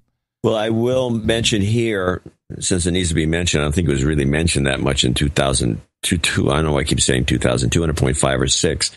That we still need donations, even though we're doing the show. So if you would go to Dvorak.org/NA, I think it would be appreciated. And we will have people who have given producer and executive producer amounts to the shows mentioned when we're done on our little vacation moment, which will be only, I think, 2 shows. And the next show will be a couple of interviews, including a really fascinating interview with John Scully, Oh, that for the Apple guy. The Apple guy, yeah. Nice. The Apple guy. Nice. Who's kind of besmirched in the Apple community. We talked about that a little bit. It's very interesting. And we also have Bob Heil, the microphone. Excellent. Very inventive. He invented a modern stage music, loud. He's the power trio. You can thank him. Yeah. And because he was just into clear and loud sound. And so I think people will find that interesting. There's, of course, one jingle I didn't play, which is also on the soundboard. Dvorak.org/NA. Also don't know who made that. And let's go back to show 200.5. Couple of questions from Sir Troy Walters. I just want to go down the list, make sure we didn't miss anything. How did you come up with promotions like the Knighthoods? And although the knighthood thing, by the way, I will take credit for that, and I'll tell you why. Although I think we discussed it, and I think you're the one that probably pushed the idea. Probably the name of a knighthood is probably my contribution. Well, the knighthood thing, and I'll tell you, one day, and I've said this, I've done this with everybody who knows me will have heard this probably at one time or another, and I know I ran it past Adam. Every time some American, and I think it's supposed to be illegal to receive a knighthood from the Queen, but they do. Yeah. Anyway, every time somebody say, what's the Queen, what's so special about England that they're granting knighthoods? Why don't we grant knighthoods? Right, and I do Why recall can't that. we just grant it? Why can't Ford Motor Company grant knighthoods? What difference does it make? Yeah, that's good. So ours are just as good as the Queen's. I think so, and I think agree. we have a better group, that's for sure. The knights that have been on our list, they're fantastic people, every one of them. I have a plan, by the way, of making a Knight iPhone app that will only be for knights. And it'll be limited for a number of reasons, but it'll only be for knights. And it'll be like our communication model, like a network, a Knight network. No, that's a good idea. Yeah, I think it'd be kind of fun. And we like a bat signal. I still want a bat signal. We're going to need it one of these days. Well, we've got a lot of professional people in the knighthoods. We don't have a doctor. We have a dentist. Do we have a lawyer? Oh, that's a good question. We need a lawyer. That's what you need, right? You need a doctor. We need a lawyer. We need a butcher. Yes. Hell yeah. A farmer. We need someone who can farm. What drives the new promotions? That's a good question. It depends on how you interpret it, of course. And I will say, all of the emails, promotion ideas, John does all of that. I do the production of the show. John does all of that stuff. Yeah, I'm the marketing guy. Well, mainly because I've always admired certain forms of marketing that are very rarely executed by the general public, and by that I mean, or by general companies or little operations like ours, and by that I mean PBS and religion, churches. Because the model is so interesting that you get people that like you so much because you're doing something for them, and that's what PBS and churches are perceived as doing. One's giving you helping you spiritually, and the other one's educating you out of mainstream media, supposedly. And their model for getting money. And by the way, I have a background in public radio. I had a couple of shows, 2 different shows that were on public radio for over almost 10 years about computers. And I saw the mechanism, how it works and how much money they get and all the rest of it. And I always said, why does it just have to be those 2 groups? And then, of course, the publishing, the direct payment for a novel is a different kind of a thing. Why are these the only 2 groups that are using this model, A? And does anyone notice that they're actually pretty successful with this model? Yeah, thank you. There's some churches out there that have, not counting the mega churches, but some decent-sized churches with maybe 2,000 to 3,000 parishioners. And they got the guy with a Cadillac and a big house, and they got plenty of money. And there's only like 2,000 people that are supporting the entire parish. And it's like, does anybody notice that looks like, of course, the tax-free thing doesn't hurt the guy. But it's like, obviously, it's a model that works, and people don't mind the model. I mean, we're not getting knighthood donations because people think this is a dumb idea. Wow. So anyway, so I do the promotions. I come up with them, every once in a while. One comes forward and say, well, here's an idea. This people would like, So, it's kind of like selling the dream kind of thing. I'm not sure. And I used to be in direct marketing. Well, I say that, when people ask me about this, I say, look, we have a church and our religion is the truth, or as close as we can get to it. There's that element. I think, we seem to offend a few people if we go off the deep end with the church angle. But the fact of the matter is we do the thing on Sunday morning, and I'm sure a lot of people don't go to church and listen to us instead, or football. Mm-hmm. It'd be interesting to see since we're in full tilt here trying to maximize our incomes, it'll be interesting to see what the drop-off is on listenership on the live stream during the football season. Oh, interesting. Yeah, well, and by the way, we do look at that kind of stuff. We look at all the numbers. We keep track of stuff. Eric likes to dream up weird reports, and we look at them, and we know where we're headed, and we're doing fine. We're not doing well enough that we can quit and do this full time, and which is okay. Being in a struggling situation is not a bad thing, and the show I think is sound, if I can say. Is it harder to be excited for the next show if donations are down on the previous show? It is for Adam. That's not true. It's not like I'm less excited. You said so once. No, then you misinterpreted what I said. What I meant was, first of all, it bums me out because I take that as a direct result of the program, of the product that we produced. It bums me out. Yeah, it bums me out. Does it make me less excited? No, it motivates me. It gets me motivated to do a better show.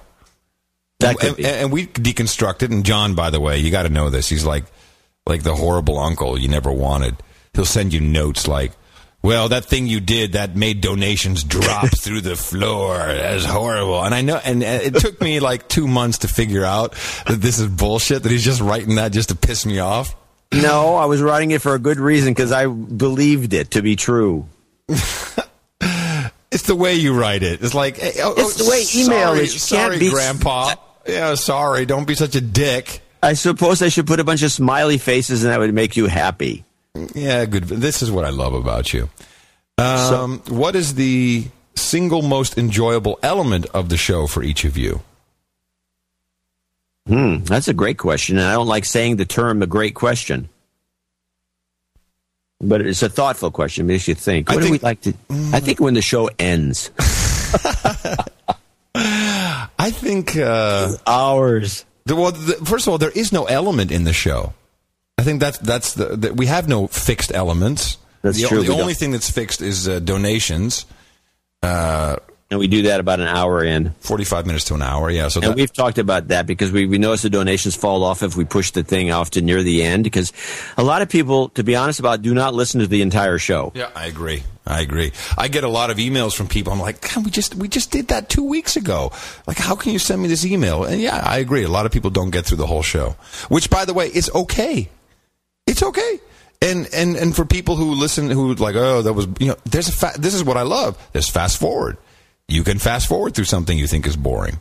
I guarantee you'll be backing up. I think so too. For me, wow, this is going to sound kind of weird. Most enjoyable, personally enjoyable, I like it when I have either an article or a clip and I get praise from you. Yeah, I'll do that because I actually keep a running score, but it's just for me. But I know you're paying attention to it, and I'll score a goal for you when you hit one that is like completely catches me flat-footed. I got nothing on it. Maybe my take is even wrong because your take is better, and it's interesting. And so I give you a kudo right on the spot.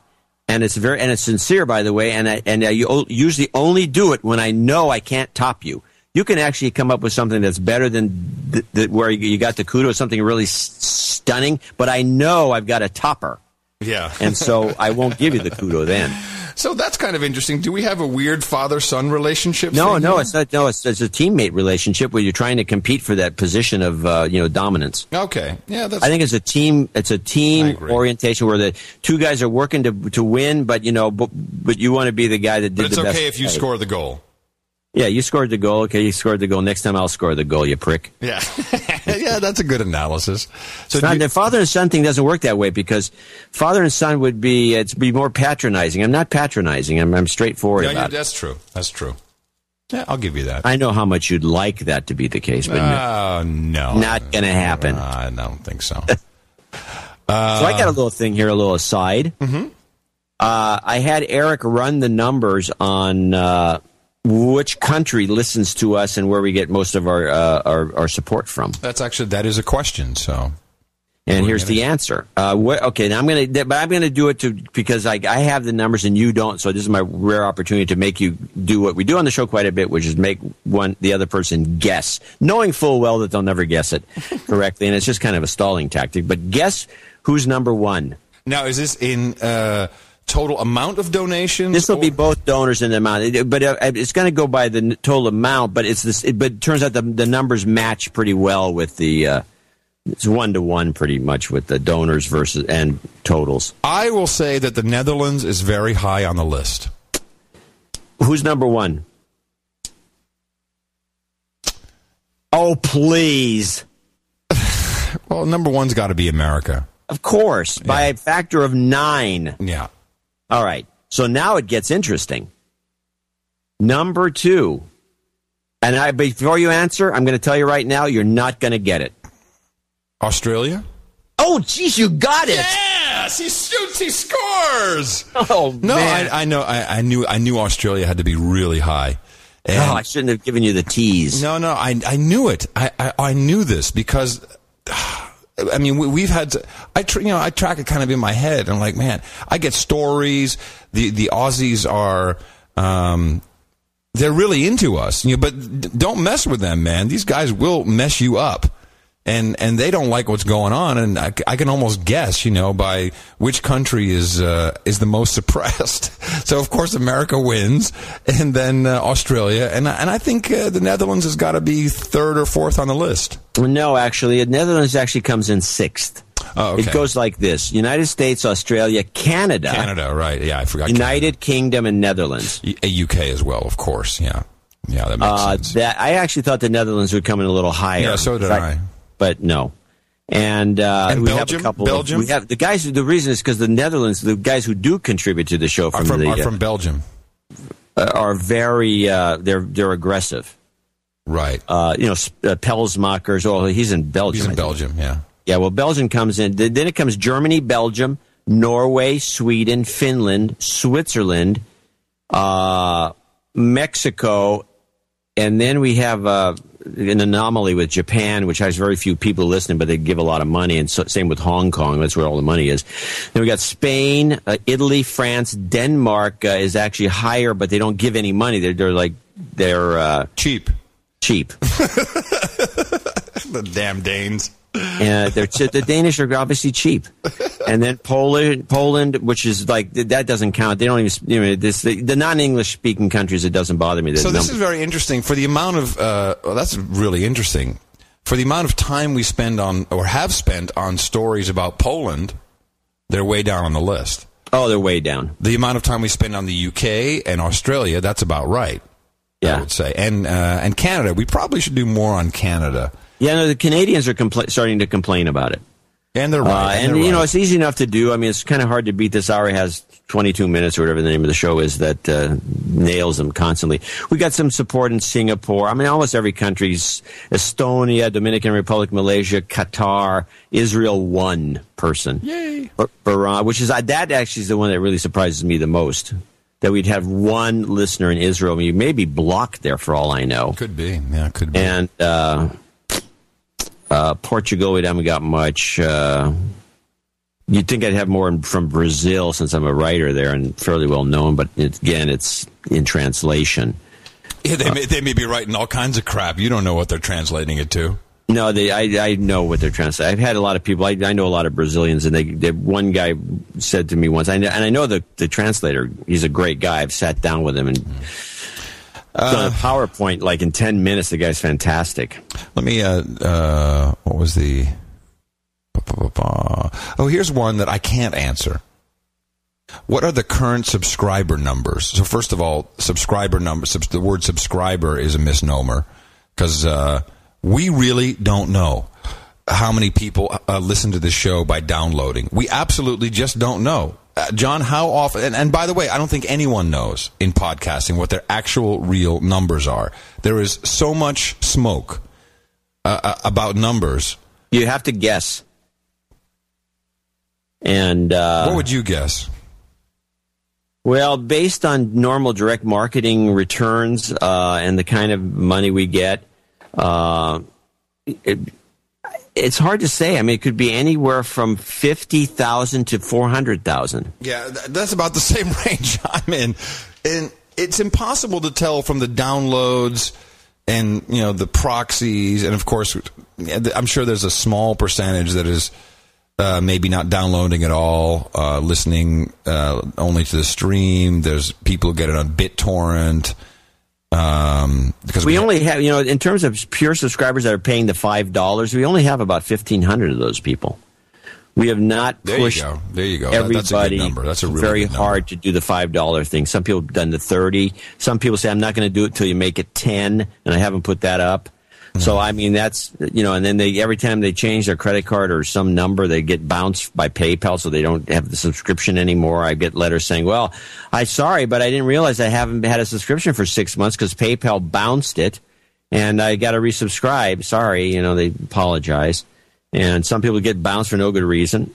It's, we're not that stable, that we need more subscribers for sure. We'll be pushing that probably on the show more. Okay, I have two more things. One is so I actually would like to know how you prep for the show.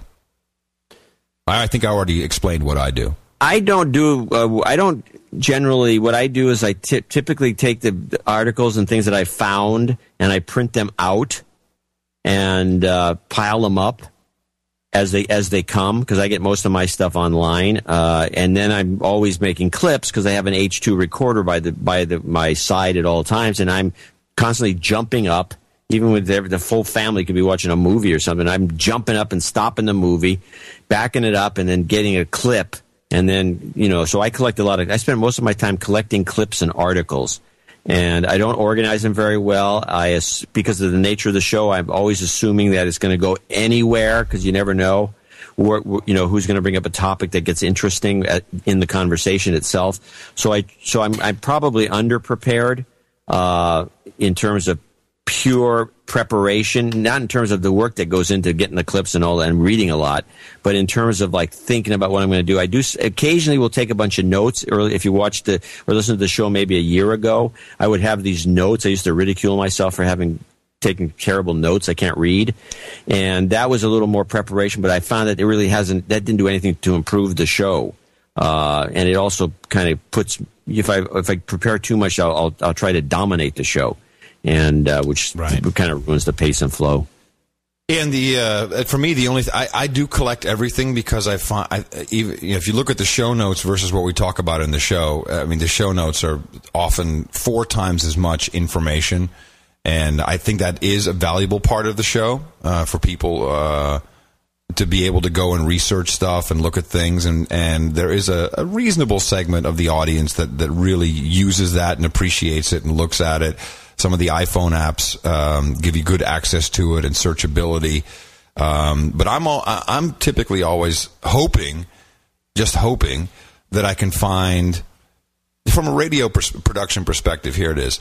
I'm hoping that there's 1 or 2 zingers that I have. Either it's a clip or it's a story or it's something, and I'll work on that. And I cannot go to bed on a Wednesday night or a Saturday night without knowing I have something. And I sometimes will try out my rap on Mickey. I'll say, how does this sound? And usually I get shot down. Yeah, I refuse to do that. I think that's overdoing it. Yeah, I get shot down. Good. So here's a question that somebody has for you. What happened to the Global Blank Fund? Adam was supposed to have a big report on it. The what? Remember that fund you were talking about, that money that was hidden during the Reagan administration or something? Oh, it was a French name. Yeah, this is from Brian Monday. Okay, well, now there's your answer, Brian. Yeah, no, well, I hit so many dead ends, and I just don't have the time to spend my life. Yeah, and it's not going to bring anything to the party. You know what it is? There's. I guess the answer is no one has done enough reporting that, at least that I could find, that makes it believable or credible enough. And the only way to really get into it is I'd have to do the investigative work myself, and that's obviously not going to happen. Okay, Hugs a Lot asks, what's the actual cost of producing the show? Most podcasts have zero budgets and still produce shows. DSC is done free. No, it's not. That's not true. DSC is a part of what the founding and sustaining producers of the No Agenda stream donated their money for, and we'll have to do another drive. What is the actual cost? I mean, what does it cost you to go to work? There's actual cost. This is actual time. There's preparation. Time is money.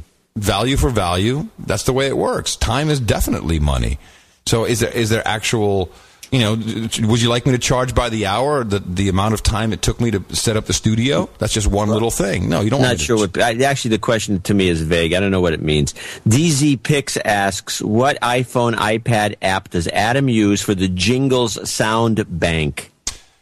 I use a program called SoundBite, BYTE, one word, SoundBite, on the Mac. It is made by Black Cat Software, and I've just kind of been. They essentially replicated a cart machine. They look like carts. You can color them like you would color, and a cart is a cartridge. That's the old school way of putting jingles into a jingle machine. And it's pretty customizable. And what's nice about it is they released an iPhone app, which I can run on the iPad. Although it kind of sucks because it runs in iPhone mode, and you kind of enlarge it, and it doesn't work very well. In fact, today I didn't use it at all, but normally I do. And it brings up the screen of your cart deck the way it looks on the computer screen. And the only if I had it, I would prefer to have an extra monitor instead of having the iPad run that, because I use two monitors because I have a lot of stuff that I have to monitor, and really what I need to be able to connect a third screen to my laptop. I don't think that's an easy thing to do, though. Okay. Here's an interesting question. I should be able to answer, but I'm going to have you do it if you can. I bought a Nokia E71 because you said you like it. How do I get the stream to work on it? Can we do that? There is actually in the Nokia Ovi store, which is their version of the App Store, there is it's just released. If you go there and it's like create your own Nokia app. I think they're actually calling them apps. You can enter the RSS feed for No Agenda, and it will create an app for your phone. And then you can put that on your phone. It does not do the streaming bit, but you can get streaming programs all over the place for the Nokia. But I think it's more interesting just to be able to make your own app for the episodes. So that's how you do that. And BlackBerry, by the way, also is coming out. They called me like, yeah, we're going to do podcasting on the BlackBerry. Can you log in and put in your shows for your company? And I put in No Agenda, Daily Source Code, Tech 5 Top 5, Cranky Geeks, and then I got bored. So apparently there's some podcasting thing on BlackBerry. So yeah. Any more from the chat room? This is actually from Twitter. Let me see if there's one more here. There was one. Hold on 1 second. Just got to see who's texting me. Hold on. Guy says the show's gone from a show with no jingles and no talent to a glut of both.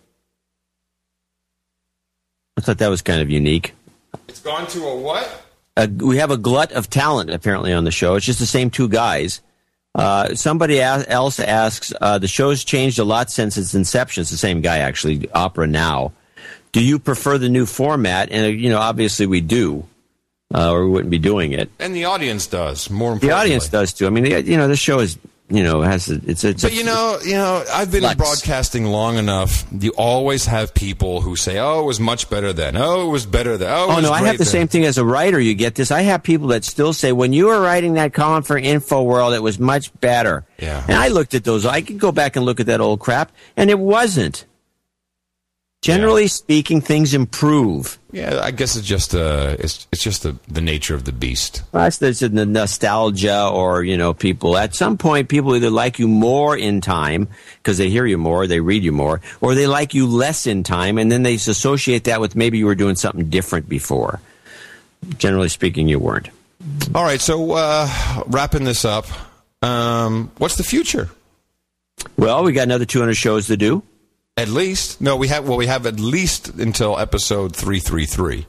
Well, before we do another promotion like the Deuce Club. Well, we got to thank all the Deuce Club members profusely, and we'll do that over time and on the webpage.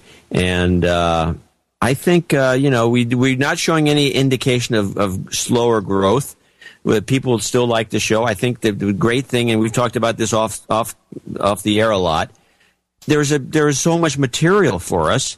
Yeah, I think the show there's only growth because it just comes automatically. The media is getting worse. Yep. They're laying everybody off. The Obama administration is getting worse.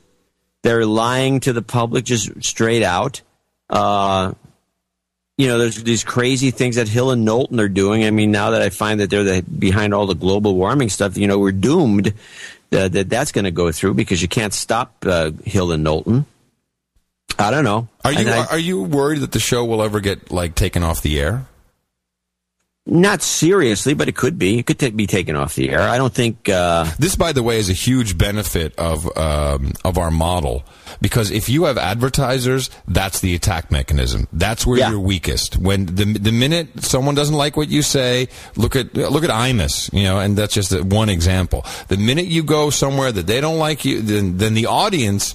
For us, it's easy. The audience is like what we do. We get no money. It's like, okay, we can turn that around in one episode. We can go, oh, okay, we went off the track there. We can get it back on. But when your advertisers pull out, then the network goes nuts, and then you're out of a job. You're dead. You're gone. You're history. You're out. And you lost. In other words, you don't have control from the get-go. Yep. And that's another reason I think the direct support is the way to go. It's open source. We don't care. One of the things that's great about it, I always say, well, if somebody bootlegs the show, puts it on their own website, takes credit for it, say they produce it, I don't care. The fact is our messages are embedded in the show, and it goes with us. We don't need to prove numbers. We don't say, our numbers from Arbitron came in and we got a 3.3, and this is here. Look, Mr. Advertiser, give us some more money. We have a better CPM. We have a certain demo.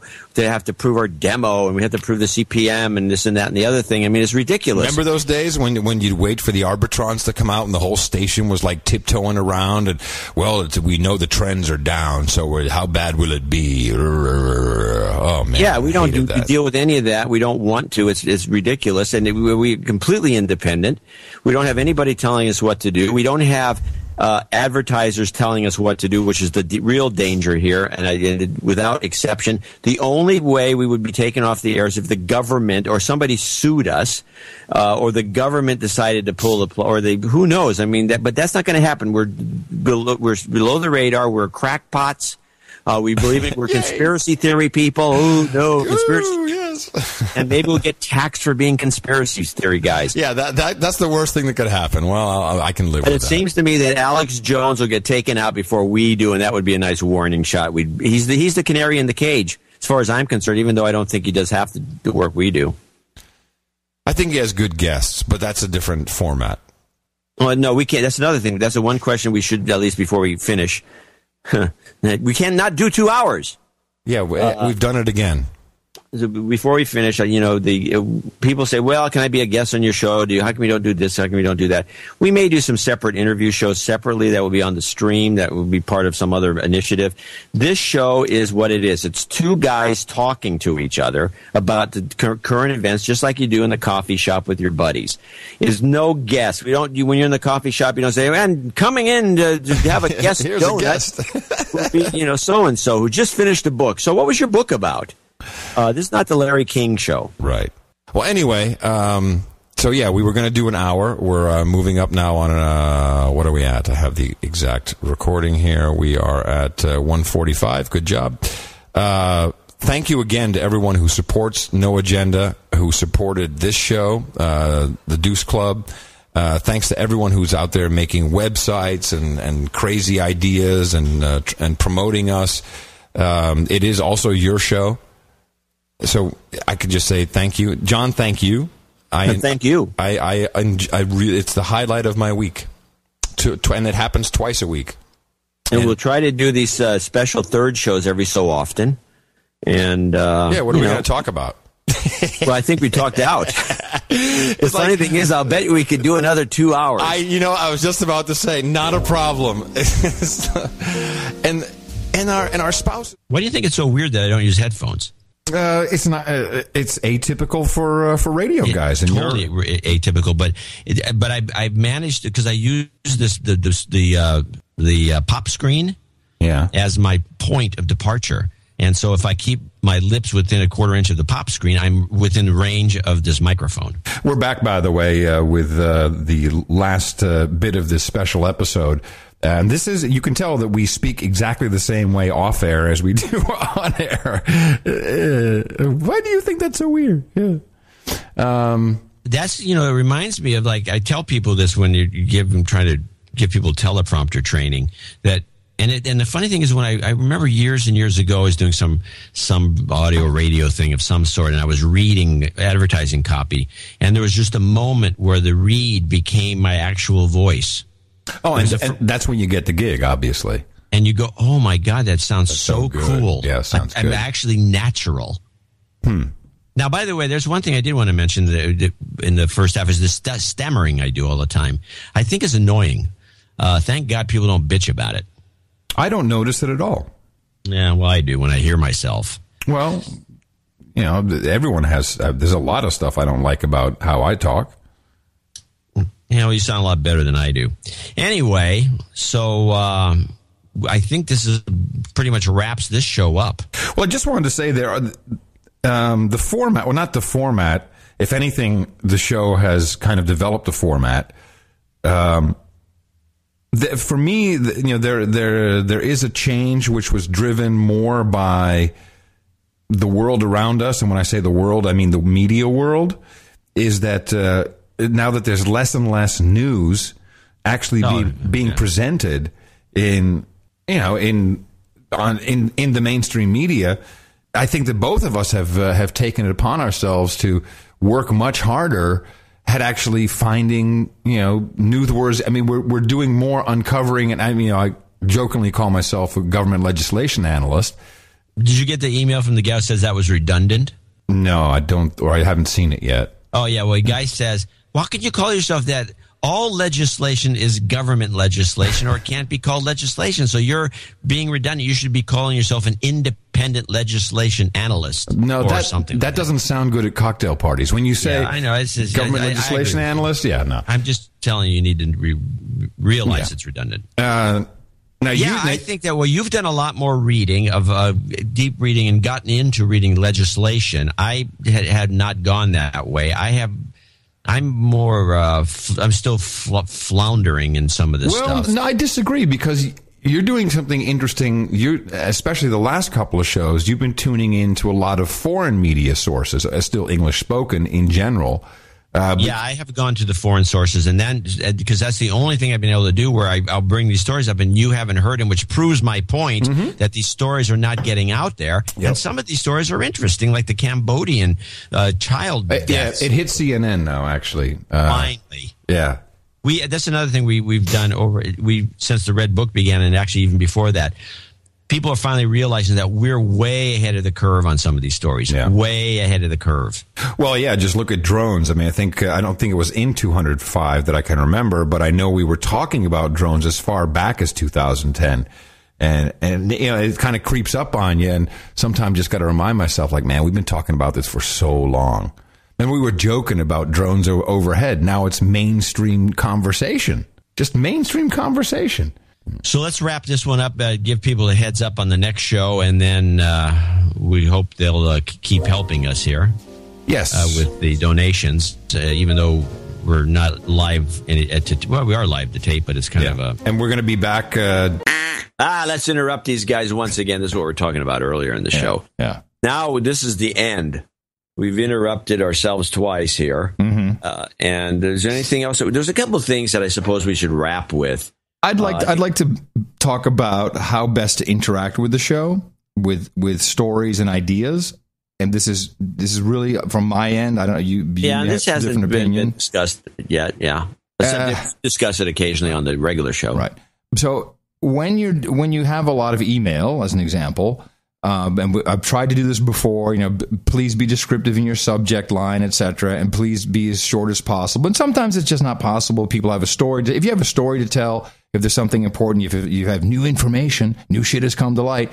All of that, of course, is fine. But again, subject lines are very important. When you think about going through 200 or 300 emails, 10 seconds makes a difference in my life. It really does. So for me, please, if you have a link or something that's just funny or something you feel is relevant, tweet it to me. I read every single tweet. I probably will not retweet if you send something that I'm going to use on the show. I will always favorite it so you know that I've read it. And the reason why is I go down a list and it's link. I don't have to open an email, don't have to go to a next email, don't have to read a whole thing. Just you're limited to 140 characters is beautiful if you send it that way. And the same, for John, the same thing. And also, don't send the same great idea to both of us. That sucks. Send it to John or to me. Sending it to both is generally not a good idea because, sometimes I think, oh, well, John will have that, or you may think I'm doing it, and sometimes we wind up not even covering it. These are very, very important things. And encryption, if you really, truly are sending something. You're a government guy. Yeah, you need to encrypt, because I can promise you anonymity because my system is set up so I'll know that I won't, blow your cover, but there's going to be copies and it's just stuff. If you really want to be protected, then learn how to do encryption. It's not all that hard. And send the encrypted stuff to Adam because I'm more lax about it. I don't spend a lot of time worrying about it. Many people will send me clips. So they'll have, here's 4 clips I made. Please don't do that. I appreciate it. But typically, I'm just winding up, clipping your clips. If you want to send me a sound file of something, that's highly appreciated because that saves me a lot of time in recording something or encoding it or taking it off the web, whatever. Let me see. So those are really the only things. I actually don't have so much of a problem with the clips, so you can send them to me. But if you have a long clip or a reference clip where it says, "Oh, look at this YouTube video," do put the time. Oh yes, please. Yeah, please tell me where it's relevant and some kind of descriptor like you'll love this. It's 54 minutes 20. No, I won't. I don't love that. Yeah, that sort of thing is not good. No, it's not helpful. Listen to this, or these kind of. You won't believe this. Yeah. And I don't mind getting the email, but you have to realize I get more email than Adam. I'm betting. I don't think so. I get over 450 pieces a day. Oh, I'm probably. I get about 40 an hour, is what I get. Well, that would be 800. Well, but it does slow down during certain hours, so we're probably close, not far from it. I go through my email and pretty much, if I look at my email page right now, like let's say it's from yesterday, there'll be a page of, I think there's like 35 on the page, the way Squirrel Mail delivers it. Squirrel Mail. I use Squirrel Mail. And so there's 35 entries, and I'd say 3 were opened. Huh. I do it based on subject line. I say in person. If it's somebody I know that I have, I commonly converse with, I'll check theirs out. But if I looked at or read you these now, you say, why am I opening this? Or the worst thing that happens to the email, which is the FIFO problem that we've discussed on the show. This is good. We didn't discuss this in 200.5 or 6. No, we didn't. We've discussed it on the regular show, which is the last thing that comes in is the first thing that goes out. And here's how it works. I get an email. This is great. I'm going to have to do this for the show. Now, if I don't print the email out, which is though I use a printer, Adam doesn't. If I don't, because he uses the Freedom Controller. If I don't print it out right there, and I say to myself, which I know I shouldn't do, but I'll do it anyway, I'll get back to this. Yeah, it doesn't happen. Yeah, well, flagging and all that stuff never works. No, it doesn't work. I never get back to it because I can't find it. I said, who sent that? Who sent that? Or what was the title? And I'll try to dream up. I do searches on subject lines. I can't. No, that wasn't it. And it's gone. Right. Oh, another thing. It is not helpful to say, if you have a great, like, this document or this legislation, people will send that to me on show day morning. Right. That's no good. And what happens is, of course, I don't have time to dive into it. This will be great for today's show. No, it won't, because I'm already way down the path. There's always room for things, but certainly something I have to read and parse, and I like marking up PDFs. No, send it to me after the show or a day before, not show morning. It's sad because there's a lot of good stuff, and then I have the same problem. By the time I'm back around, it's like, I don't remember it, or, I didn't put it in the right place, or just stuff. If you get us stuff between, on Pacific time anyway, between noon and I'd say 5 on Wednesdays and Saturdays. That's helpful, yeah. It has a better shot. It does. But then I have this problem because we talked about how we finished the show, and on show night, so I call show night, which is the night before the show. That's the night with no sex? Is that what you call it? Sex would be better, but it'd be kind of distracting. Show night would be you're getting your clips, you're organizing the thing. I have to go to bed right after I close the books at midnight. Right. At midnight Pacific time. So if you get a donation and after that it goes to the next show. It doesn't go on that. And we're pretty strict next with that. Day. Yeah.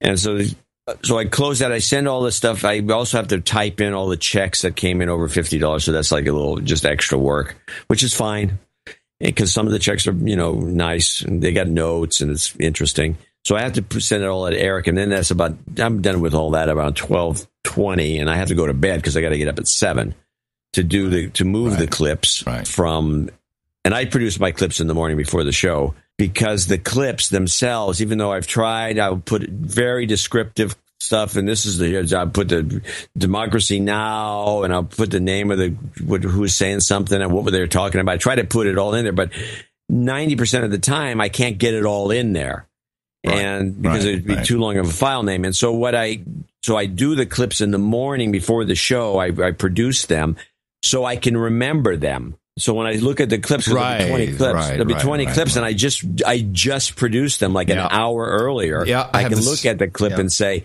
I know that. I just heard it. Yeah, I have the same thing. Yeah, that's the last thing I do before we start the show is I organize the clips into little folders.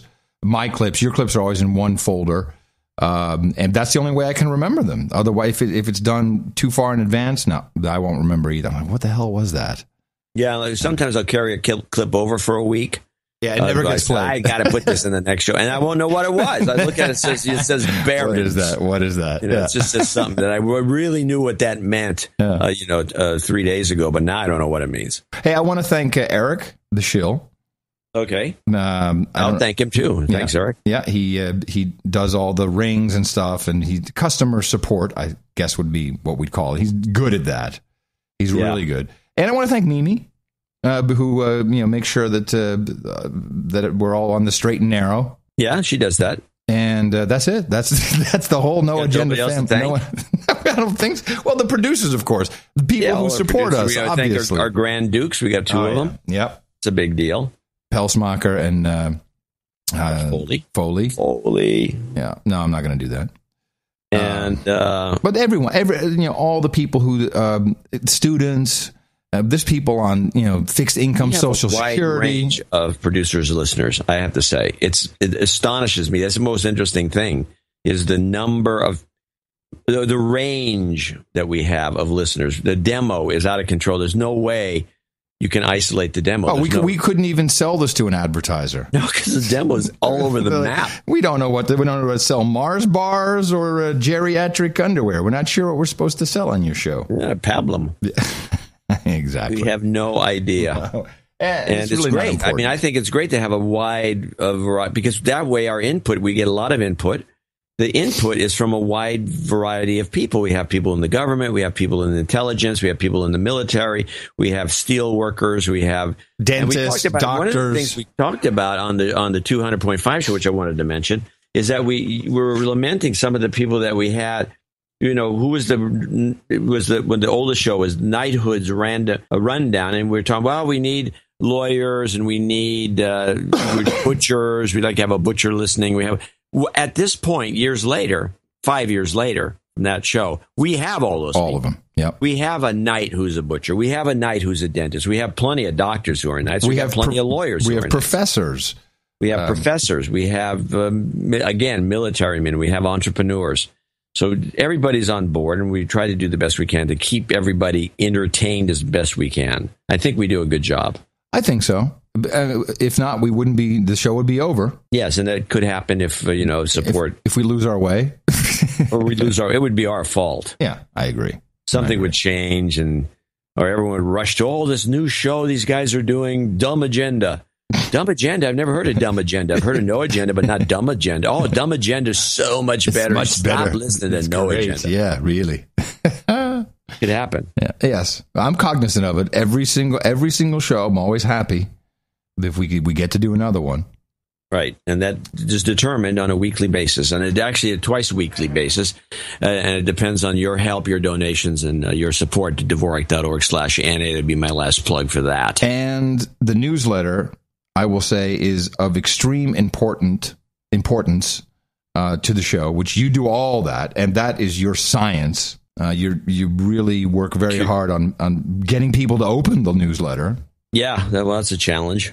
And I encourage everyone. I've started moving the sign up link to the top of the show notes, right on the homepage. Sign up for the newsletter. And then make sure that if you're on Gmail, it's probably in the promotions tab. Or it always shows up in the promotions tab. It will show up in spam once in a while because these guys don't care about you. No, at all. And that is the bottom line. It's your show. You produce it. This is how it works. I can't say it any other way. People are producing. We have the final production. We put it all together. We try to lead you into places where we think it'll be interesting. That's what we do. But it really is. I hate the word, but it's a community. You don't hate the word. You're full of it. Nah. It's like one of those words. It's a good word. Okay. Yeah, it's a community, and everyone's a part of it, and I like it. Everyone's a part of it, and over the next year or so, we're going to try to create the more meetups so people can have their little get-togethers. Because it turns out, and we've both witnessed this, is that if you're out with the No Agenda community in anywhere from Michigan to Tennessee to wherever, and there's a few to Moscow. What are you talking? To Moscow? You name it. A few of them gather. A few of them gather together, and they all like each other. Yeah, it's like a social thing. Because anyone who listens to No Agenda will have a certain take on the world, and that take on the world affects your personality in just the way that other people who listen to No Agenda, you end up liking each other. So we could create a lot of long-lasting friendships if we put a little more effort into that part of it. And I think we're going to attempt to do more. Certainly, I plan to be on the road in the coming fall. I still want to do my trip to the Sacramento Train Museum on the Amtrak meetup. Nice. It would be great. Yeah. Everybody gets on the train. They chug it up to Sacramento.